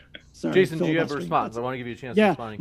Here's my response. My response is that to say naturalism of the gap implies that the gap that we're seeing, that when we say we fill it in with naturalism, that we have no evidence to suggest that unknown outcomes actually end up having naturalistic responses. But guess what? In the entire course of human history of us using naturalistic processes, what has happened? We have an unknown outcome that we don't understand. And guess what? Over time, that unknown outcome, we deduce through naturalistic processes. We never say, guess what? That unknown outcome, it was God. We have zero a priori evidence for God. That's why it's called God of the gaps. Naturalism of the gaps, we have infinitesimal amounts of prior. I just think you're making a false dilemma fallacy of you can either believe in science or you can have faith. That's not the case. No, I'm just saying that science is the best method. Methodological naturalism is the best method that we have to understand our world. And they're not mutually exclusive. Well, okay, if you have another methodology to evaluate our world in that respect, I'd love to see it. You're not listening to me. You didn't hear a word I just said. What did you say? I said that science and faith are not mutually exclusive. But one's more reliable. Yeah, but once again, they're not mutually exclusive. So you're saying that in science, we just have faith in some instances? No, I'm saying you can believe in science and have your own personal faith. Well, that is true. No one disagrees with that. That is true. Yeah, sure. Okay. So basically, all this stuff you're saying about, believing in the scientific method, faith doesn't inherently interfere with that. Well, you can have faith in something if you want to. I just don't think it's reasonable to conclude that I just believe in something without evidence. I don't think that's reasonable. It is a contrary method, though. We believe in stuff without evidence all the time. We believe our parents love us. We believe that that we are intelligent. We believe that we're good looking. We believe things all the time. Love without evidence is stalking. This one coming in from, do appreciate your question. Then a relationship is just two people stalking each other all the time then. Yeah. Elusive Viper That's kind of hot. With regards to delusions, millions of people... Did anybody have anything? Were you about to say something, Jason? Okay. Said, with regards to delusions, millions of people are colorblind. Who is delusional? The people who can see color or the people who can't? Neither. It's lacking a certain sense is not a delusion. But we can certainly test for different wavelengths. And as far as survival and truth goes, that goes back to the other thing. Senses are truth-seeking mechanisms. So what if we sense God then? Well, we need to be able to independently test that. We can do that with colors, but and we know our senses can produce erroneous results. Like we know that for a fact. And in particular, the human mind is well known that the mind looks for patterns when there are no patterns, and we'll find them when there are no patterns. And it's part of our evolutionary makeup for survival. So while we do use sense perceptions as part of like empirically evaluated evidence, we have to look at that very carefully, because we know that we can be wrong. And so this is the process of science, of replication, and the process of falsification. All of those aspects help to eliminate those incorrect sense perceptions. I'm really glad that you mentioned evolution, and that, these recognition of patterns is a result of evolutions of survival. If something is inherently helping us survive, then why are you asserting that it's wrong? But not everything in evolution is helping you survive. There are traits that piggyback off of other traits, so you can't always say that. Religiosity probably promotes community building in smaller tribal settings. But I mean, it may be that your brain is finding patterns, and we're like, look, this is based on our evolutionary upbringing, but that doesn't necessarily mean that can be beneficial. It can have a negative consequence. And this is what we're talking about, the negative consequences of having false beliefs, of having irrational viewpoints that can result in negative outcomes. So, are you trying to assert that the human course of history would have been more progressive if religion never existed whatsoever? Just curious. No, I'm not. No? Religion might also be a... No, I'm not. I'm not making that argument. Religion might also be a glitch. History would you like to say that it was outdated? I don't know, but I can tell you that at certain points in history, that the productions of, or the outcomes of religion had negative consequences. We can look at in the beginning, it may have been that religion helped to bring individuals together in societies, and that had a beneficial outcome. It generated the ability to feed yourself and to protect yourself, and it increased the populations. But at a certain point, with organized religions and with the onset of manipulation by people in power utilizing religion in a brainwashing aspect, we've seen negative consequences. All right, so tell me, pinpoint the exact point in history where the negative consequences outweighed the good, and that the good became irrelevant. I don't know. I don't know. No, I don't. Do you know this right now? I would say that right now it has negative consequences, yes. That outweigh the good. Correct. All right, tell me why.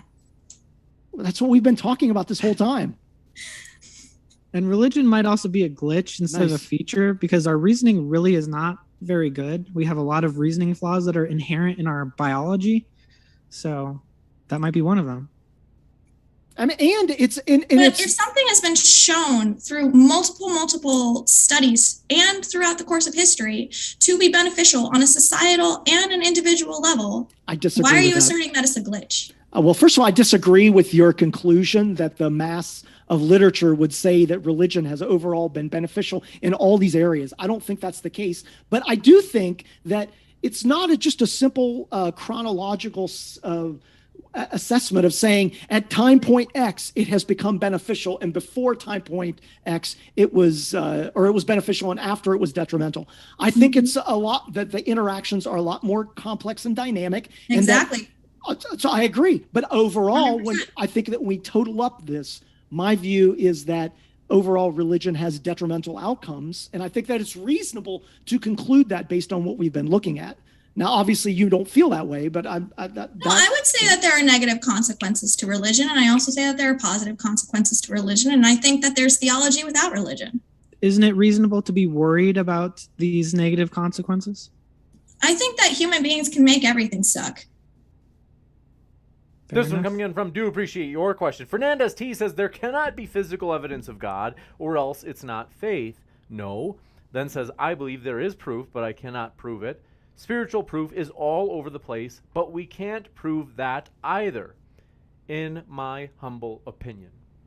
Thoughts? Yeah, I think that's there is a distinction between faith and something you can demonstrate, and if you can't demonstrate it, it's not reasonable. So this one coming in from Bitter Truth says, to believers, can you prove me that God exists? And what about God is doing scientific mistakes in Bible? Yeah, so no, we can't prove that God exists. Some apologists like Lee Strobel will say, yeah, you can prove. No, you can't prove on either end. You definitely can't prove through a scientific test tube that God ultimately exists. Now, it gets back, his second half of his question there, I think, was getting at in terms of the misinterpretation, and Snake brought it up early on in terms of the young earth. Well, Augustine and many of the church fathers would take science, and then they would take the Bible, and they would say, let's interpret scripture as honestly as we possibly can, while also looking at things like Aristotelian logic and how do we have to ultimately unearth that in areas that it's wrong.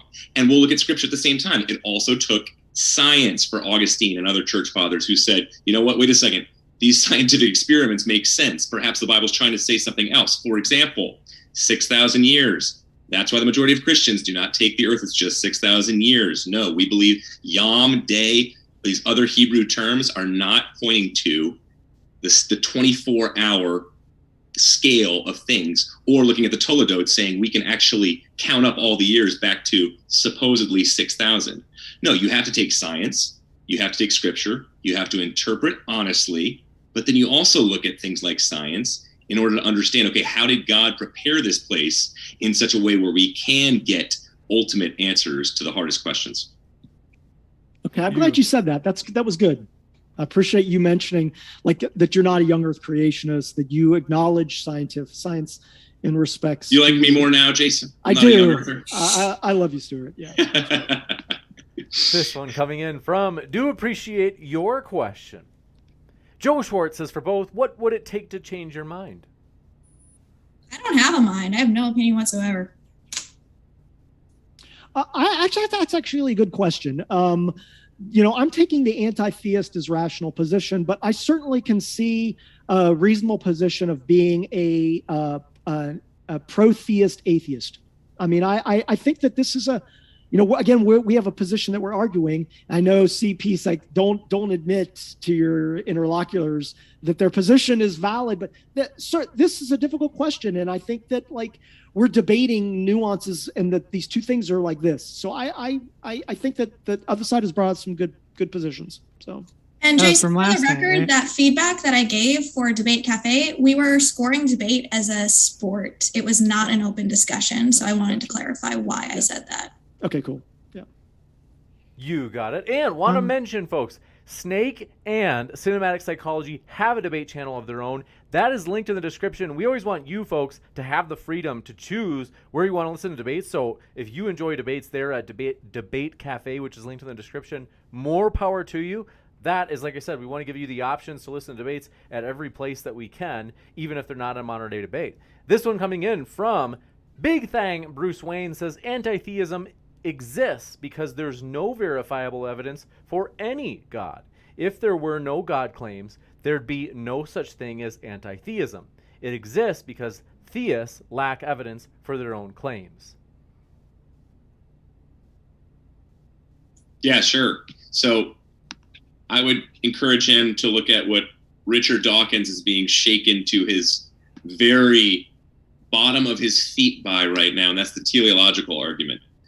10 by 10 to almost a 17th power now are the chances that somehow there is life-permitting elements here on this earth. And you look at constants, you look at those types of variables, you look at things like gravity, how everything just so clearly was set up. The monkeys messed with the dials, as some say, in such a way that somehow humans can live on this planet. So to the 17th power now is actually officially beyond even human comprehension, that we can even, beyond our wildest imaginations, that we could actually exist on this planet. I don't know any honest, great-minded atheist, I know it's a relative claim, who has not said to me, hey, yeah, actually the teleological from an atheistic perspective actually is very difficult with all the evidence that's still coming out now No. in terms of how in the world did this place seem so clearly adapted in such a way where we could exist. You got Well, it. That's not proof, but good there luck are- answering that one because it is hard if there is There no are God. several- It's not hard. Yeah. It's not hard. It's not hard to Yeah, answer. exactly. No. I hate to say it, but What's the probability that life occurred here? I tell you what it is. It's one, because we see life. It's very small. No, we see life. We have life. We like Okay. the dice. So what you're saying is that there's this infinitesimal probability, but we exist, but that's because of God. Nope.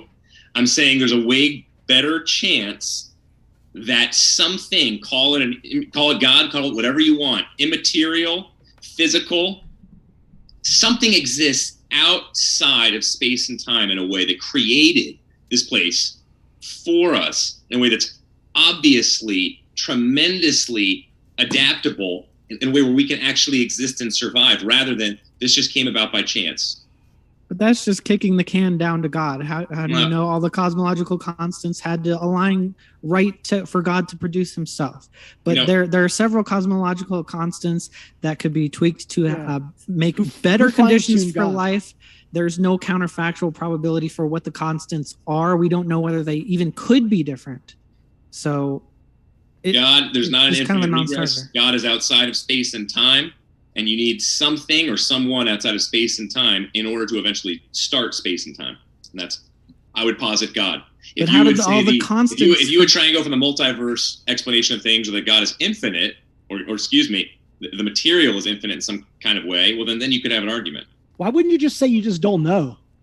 yeah. Whether it's a God or something like it, or the Easter That we Bunny. just that we know that Yeah. we just know that we just Yeah, I don't don't know. know. It Yes. could either, I mean, it seems like the most realistic outcome is it has naturalistic explanations, because everything that we know has a naturalistic explanation. But once again, you're saying, well, you have an unknown, and because it's so improbable, it must be God. Everything we know has a naturalistic explanation. Yeah, How about love? biochemical processes. You gonna tell your wife that she's just a biochemical, it's just biochemical feeling you have when you often listen? my wife's a Yeah. psychologist and has studied neuroscience extensively. So you guys She- just she talk would about it agree. as just if you remove oxytocin and jack with different chemicals, then ultimately you can't love. And so love is just this clearly tangible thing. Yeah, that Feels has the no same either intangible way. qualities We- that exist we- Whether outside it's of a it. spiritual Right. mumbo jumbo or whether I mean, it's come caused by on. chemicals. we You whisper. can't just settle on a naturalistic explanation of the universe because that's what's tested here in a science lab here on this planet. but I mean- that's all we know I about. mean, we're in America, zoom out. I'm, We're on a rock flying through outer space at who knows how fast. I mean, Give you, me you keep talking with this these- scientific mindset that no other culture around These- the entire world buys into like you buy into. frankly, Stuart. It's this these kind are- of elitist type of thinking where, No. yeah, we got the scientific method all figured out, guys. Don't No, you worry. that's exactly Go to what any other we're not culture saying around that. the world, and there's a type of No. humility around science in saying that we do not have naturalistic explanations to every single question. All right.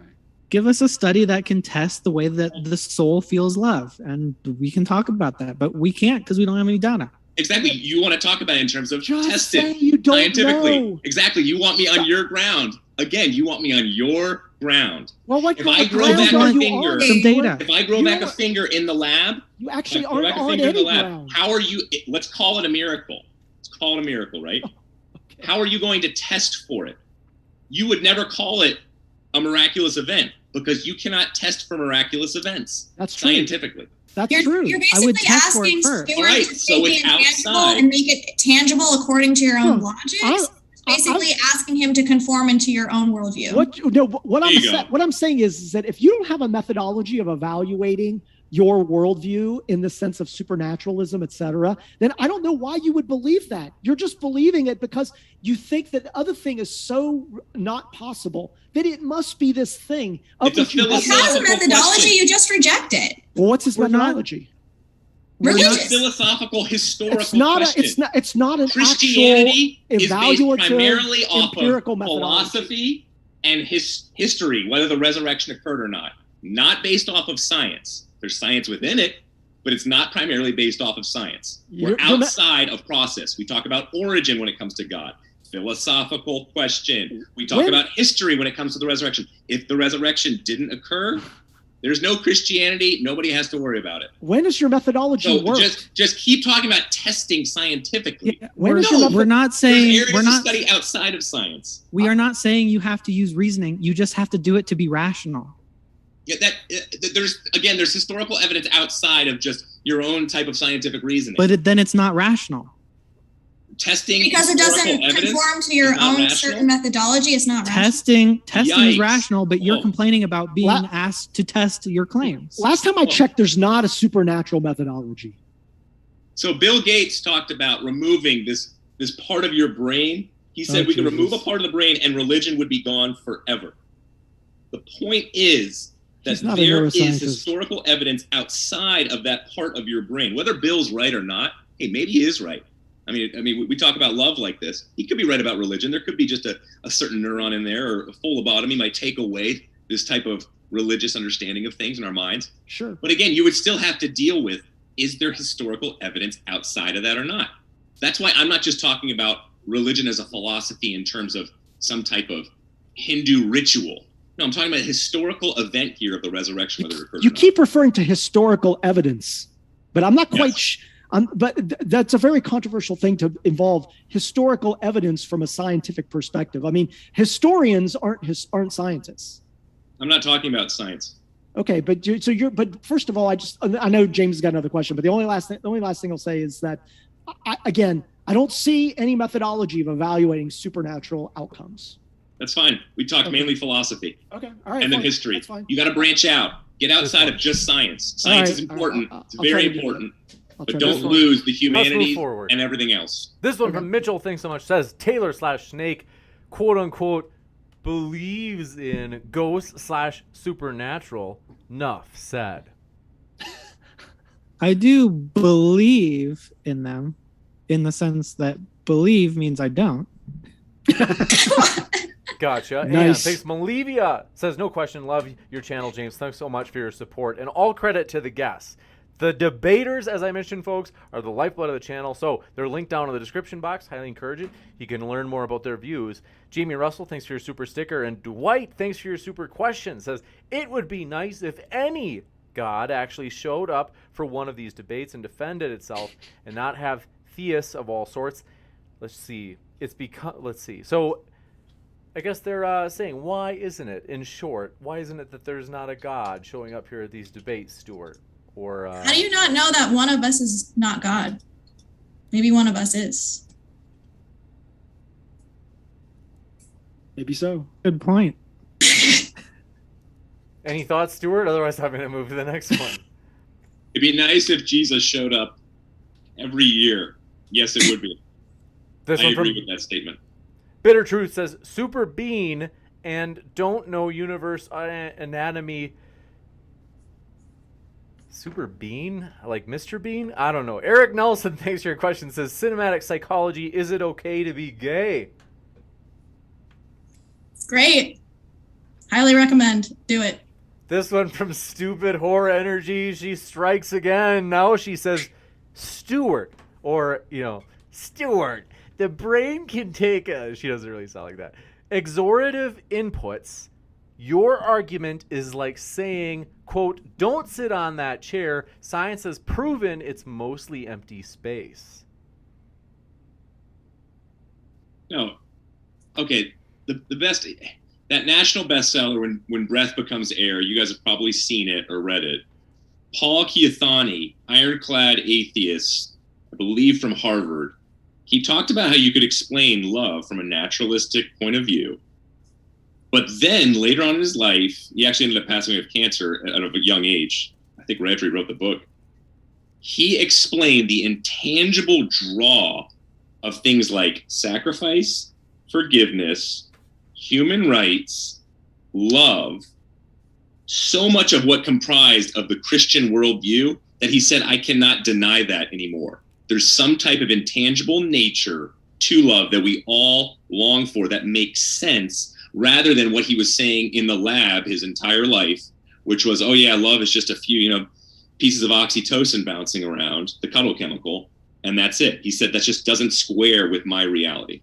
So that's where I agree with him. I would None of say that's unique to Christianity. I have But it doesn't noticed. have to be. I'm just saying it fits into Christianity. Sure, it could be part of. Okay, It's this in is atheism.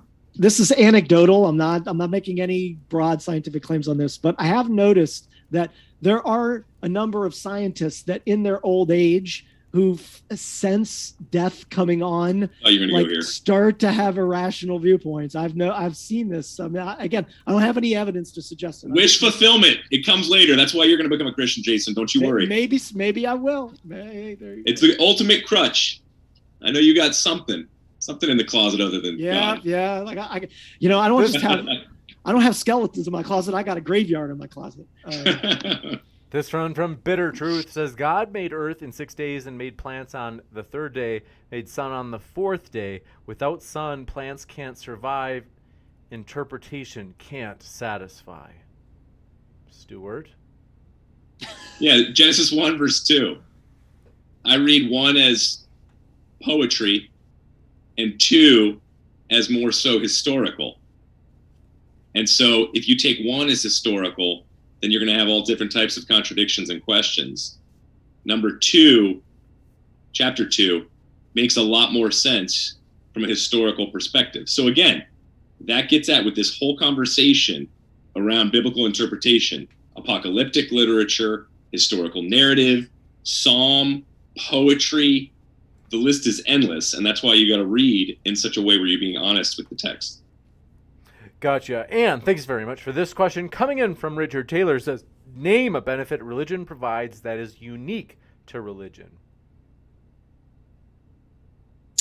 That is a really interesting question. So there have actually been studies, let me find the one, I believe it was from Cognition, Religion, and Theology, that found through the monitoring of the human brain that when humans engaged specifically in prayer, and this was not matched by meditation or any other psychological sort of self-soothing behavior to the same degree, that they experienced less stress and more well-being. And the parts of their brain that lit up to express stress were dramatically reduced. And this was lasting over a long period of time. And this was significantly greater than meditation or any other self-soothing practices.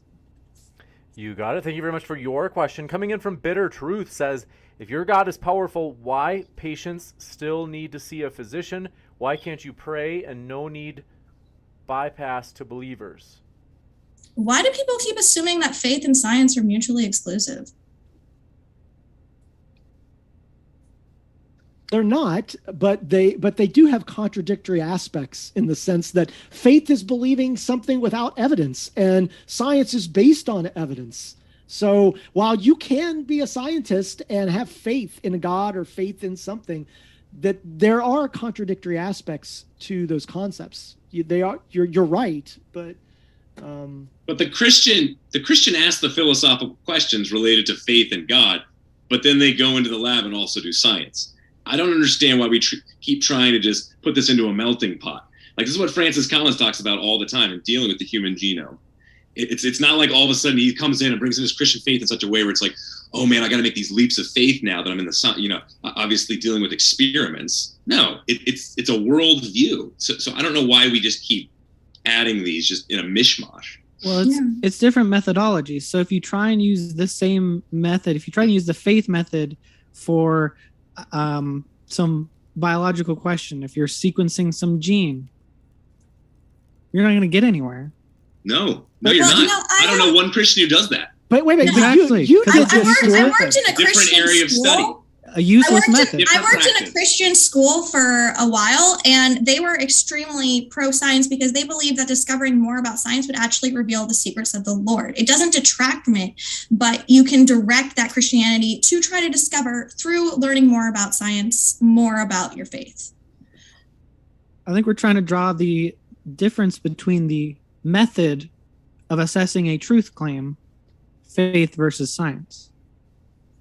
Once again, they're not assessing. If I was the parent, that was the international big case about 6 years ago up in Pennsylvania, who would not take my child to get ultimately healed from their pneumonia at a doctor's office dealing with things like science and medicine, because I said I don't believe in it, and I believe that this is going to be cured with prayer within 24 hours, and the child ends up dying, and my faith was based off of this prayer of miraculous healing. Now, Snake, we have the question of methodology in terms of how are you dealing with this. That makes sense? But I agree with that. But that is a very slippery slope. You're absolutely correct that somebody, like I said, somebody could be a scientist and have faith in something, and those two issues ne'er cross each other. But the fact that science deals with evaluating our world and using an evidentiary approach to determine what is true and what is not true, and faith and religion are like, this is true without any evidence, it's just I have a faith belief, lends to the potentiality of that faith belief swaying into decisions that we know are contradictory to science. Somebody says, I believe that the earth is 6,000 years old. I just believe it. Science says it's not. And the evidence that we have suggests it's not the case. And somebody says, well, but I don't agree with that. And I may be making decisions based off the fact I think that the earth is 6,000 years old. You just framed your entire statement in the very beginning with exactly what it was, slippery slope. You can't spell slippery slope fallacy without slippery slope.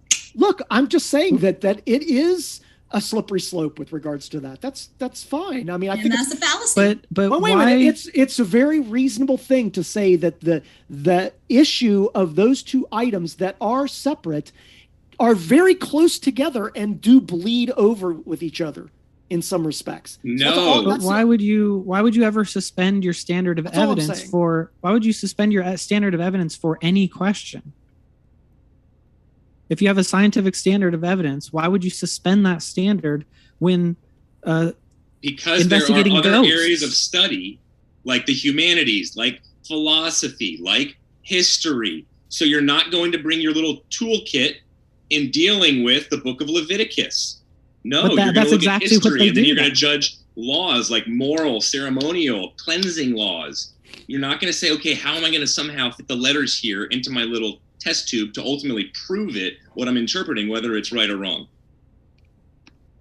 There absolutely is a scientific approach. By the way, how long does this thing go? I don't want to go tangent. We do have a number of questions that I think we can probably go through faster if you guys are needing to get out of here, because I know that a lot of these I've let go into longer discussion. But this one coming in, so in other words, like, do you have a... I really need to pee. Okay, go for it. Is it okay if I just let you guys hang out and call it a day on my end? Because I needed to go to the bathroom. That works, as long as you turn the camera Way to gut it out, CS. All right, thanks. Bye. Take care. This one coming in from Vector says, for the atheist, is morality just opinion given your view of its subjective nature? If so, how do you justify anti-theism, which imposes itself on people who don't wish its imposition? Should I do the same for any opinion? I don't think anti-theism imposes itself. Anti-theism is just a position that we think that religion causes more harm than good. So we're not imposing our views of anti-theism on other individuals. And my perspective is I'm a moral anti-realist. I do not think that morals are objective. I think we get morals from our societal outcomes, and also they're a part of an evolutionary process. So I don't think that morals come from God, but I still think that there are moral concepts that we function under as part of society. So anyways, I don't know if that answers the question. And I am a moral realist, so I think morality is a purely logical pursuit. And if there's a God that is correct about morality, it's because he's correct on his logic about morality and his justifications for his moral statements. You got it. And thank you very much for your question. Bitter Truth says, religion peoples do interpretation since they can't explain in real translation, like God made this universe in 6 days. I think they're saying that, like, Stuart, you're doing origami with the scripture in order to make it work. Like, you're trying to make the interpretation work to your own partisan way. No, this scans back to, what was the Scopes monkey trial? Was that 1923 or 29? And we foolishly, Christians, put a nice young earther on the stand, and there was this whole debate between science. Honestly, all of a sudden set up this dichotomy between science and young earth. And no, I know out of our entire congregation and the university's campuses we go to, I apologize if anybody's watching right now, a friend of mine perhaps who's a young earther, but I only know of like 2 young earthers, and that's out of thousands of Christians that I'm close with. So, A lot of them. so to say that there is this that I'm playing around with the scripture by not being a young earther, no, I would look at John Lennox's book. What is it? The Earth Being Made in 6 Days. Yeah, check out of Oxford. He's a reliable mathematician. Check out his book on the push against the 6,000 years. It makes a lot of sense when you look at the Hebrew. You got it. This one coming in from Do Appreciate Your Question. Bitter Truth says, God made scientific errors, don't know universe anatomy, even didn't explain human anatomy, but bunch of errors, isn't this man-made religion to believers and atheists? Both sides, please reply. Floor is yours, gentlemen. What was the question again? Could you repeat it? You got it. I think that they, let's see. They said God made scientific errors such as not, I think that what they mean is such as not knowing the universe's anatomy or human anatomy, but bunch of errors isn't, but nonetheless, bunch of errors, isn't this man-made religion to believers? I don't understand the question. And then they say, isn't this man-made religion? And then they say, please, both sides answer. I mean, my thoughts on that is the most important document of all time, the Holy Word of God, should be a little bit more scientifically precise, shouldn't be left up to interpretation. Like you don't even leave the operation manual for your hair dryer up to interpretation. The Holy Word of God should be absolutely clear. That's my thoughts on that.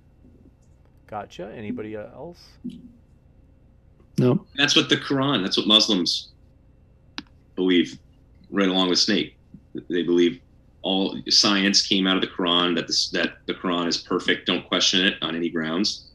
And that makes sense. Yeah, I could get on board there. I mean, God of the universe giving us the ultimate guide and manual to life and beyond life.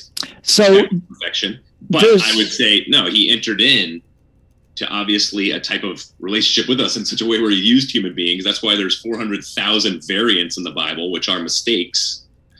Now, those mistakes are small commas here and there, or extra spaces, or mix-ups with small letters, so that it doesn't make any kind of ultimately big difference.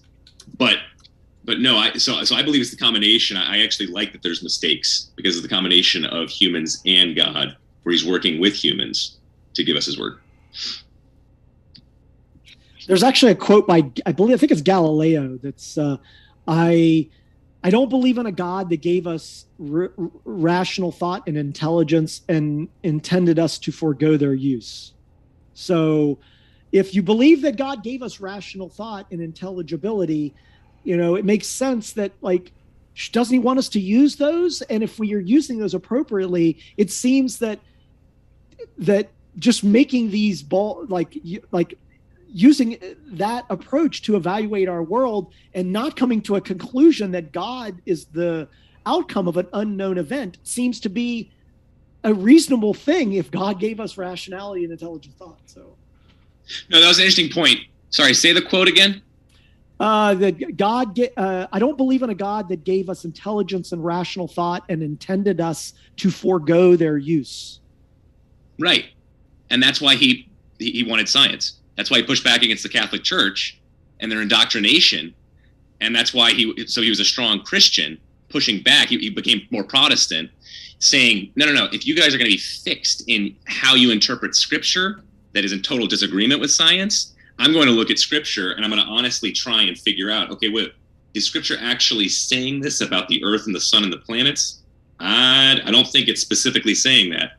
I think that's a very wooden interpretation that's wrong. And so God has given us minds to say, hey, science says this, maybe we should go back and check our interpretation on that. But it leaves so much room for error for such an important message. Yes, but just follow what Jason said right there. because I love that he brought up Galileo's quote, because it's exactly that type of pursuit. Yeah, it's the whole C.S. Lewis took that line of thinking too. If there's moral laws out there, you're going to obviously expect a moral lawgiver. So get up and get after it and try to figure out, okay, how do these laws ultimately lead to a lawgiver? Or is it better to think that these mathematical laws that are out there, Pythagorean theorem and all the others, are somehow just out there and we've created them ourselves?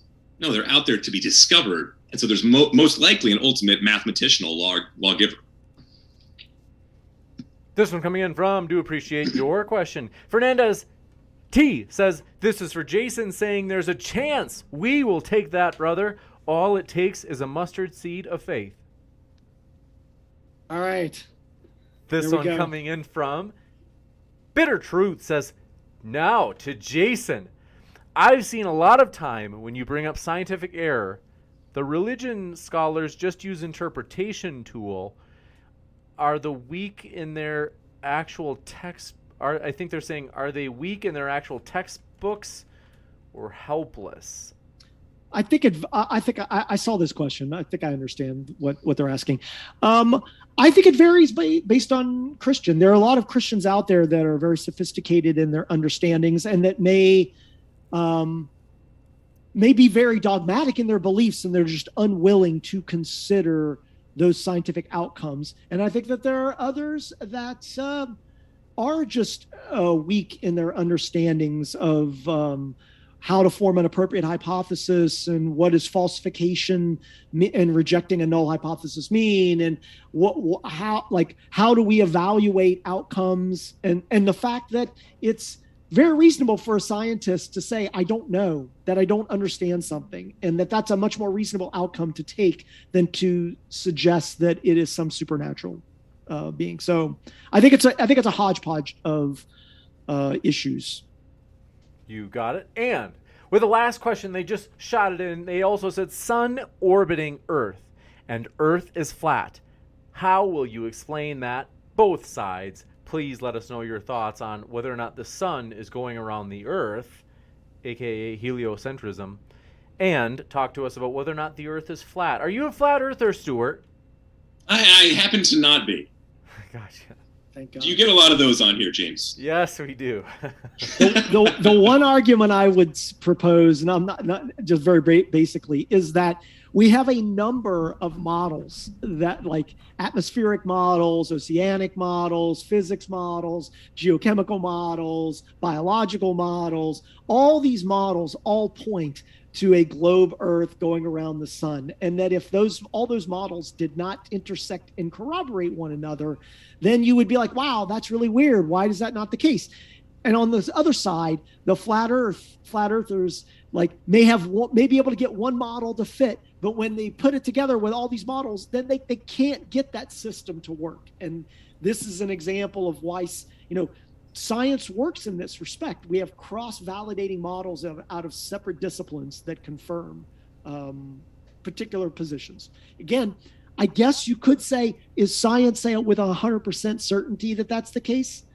Science typically doesn't go with 100% certainty, but very, very, very, very, very likely. The Earth is actually a hollow sphere, and the sun is inside it, so both are wrong. Okay, shit, my mistake. Thank you very much. And want to let you know, folks, our guests are linked in the description. We appreciate our guests immensely. And also want to share, hey, this is exciting. A lot of people have been asking for a debate with Dan Barker. Dan Barker will be here, as you can see on the bottom right of your screen, against Randall Rouser next week on whether or not Christianity is rational. You don't want to miss it. Hit that subscribe button so you don't miss it. It's going to be a big one next week.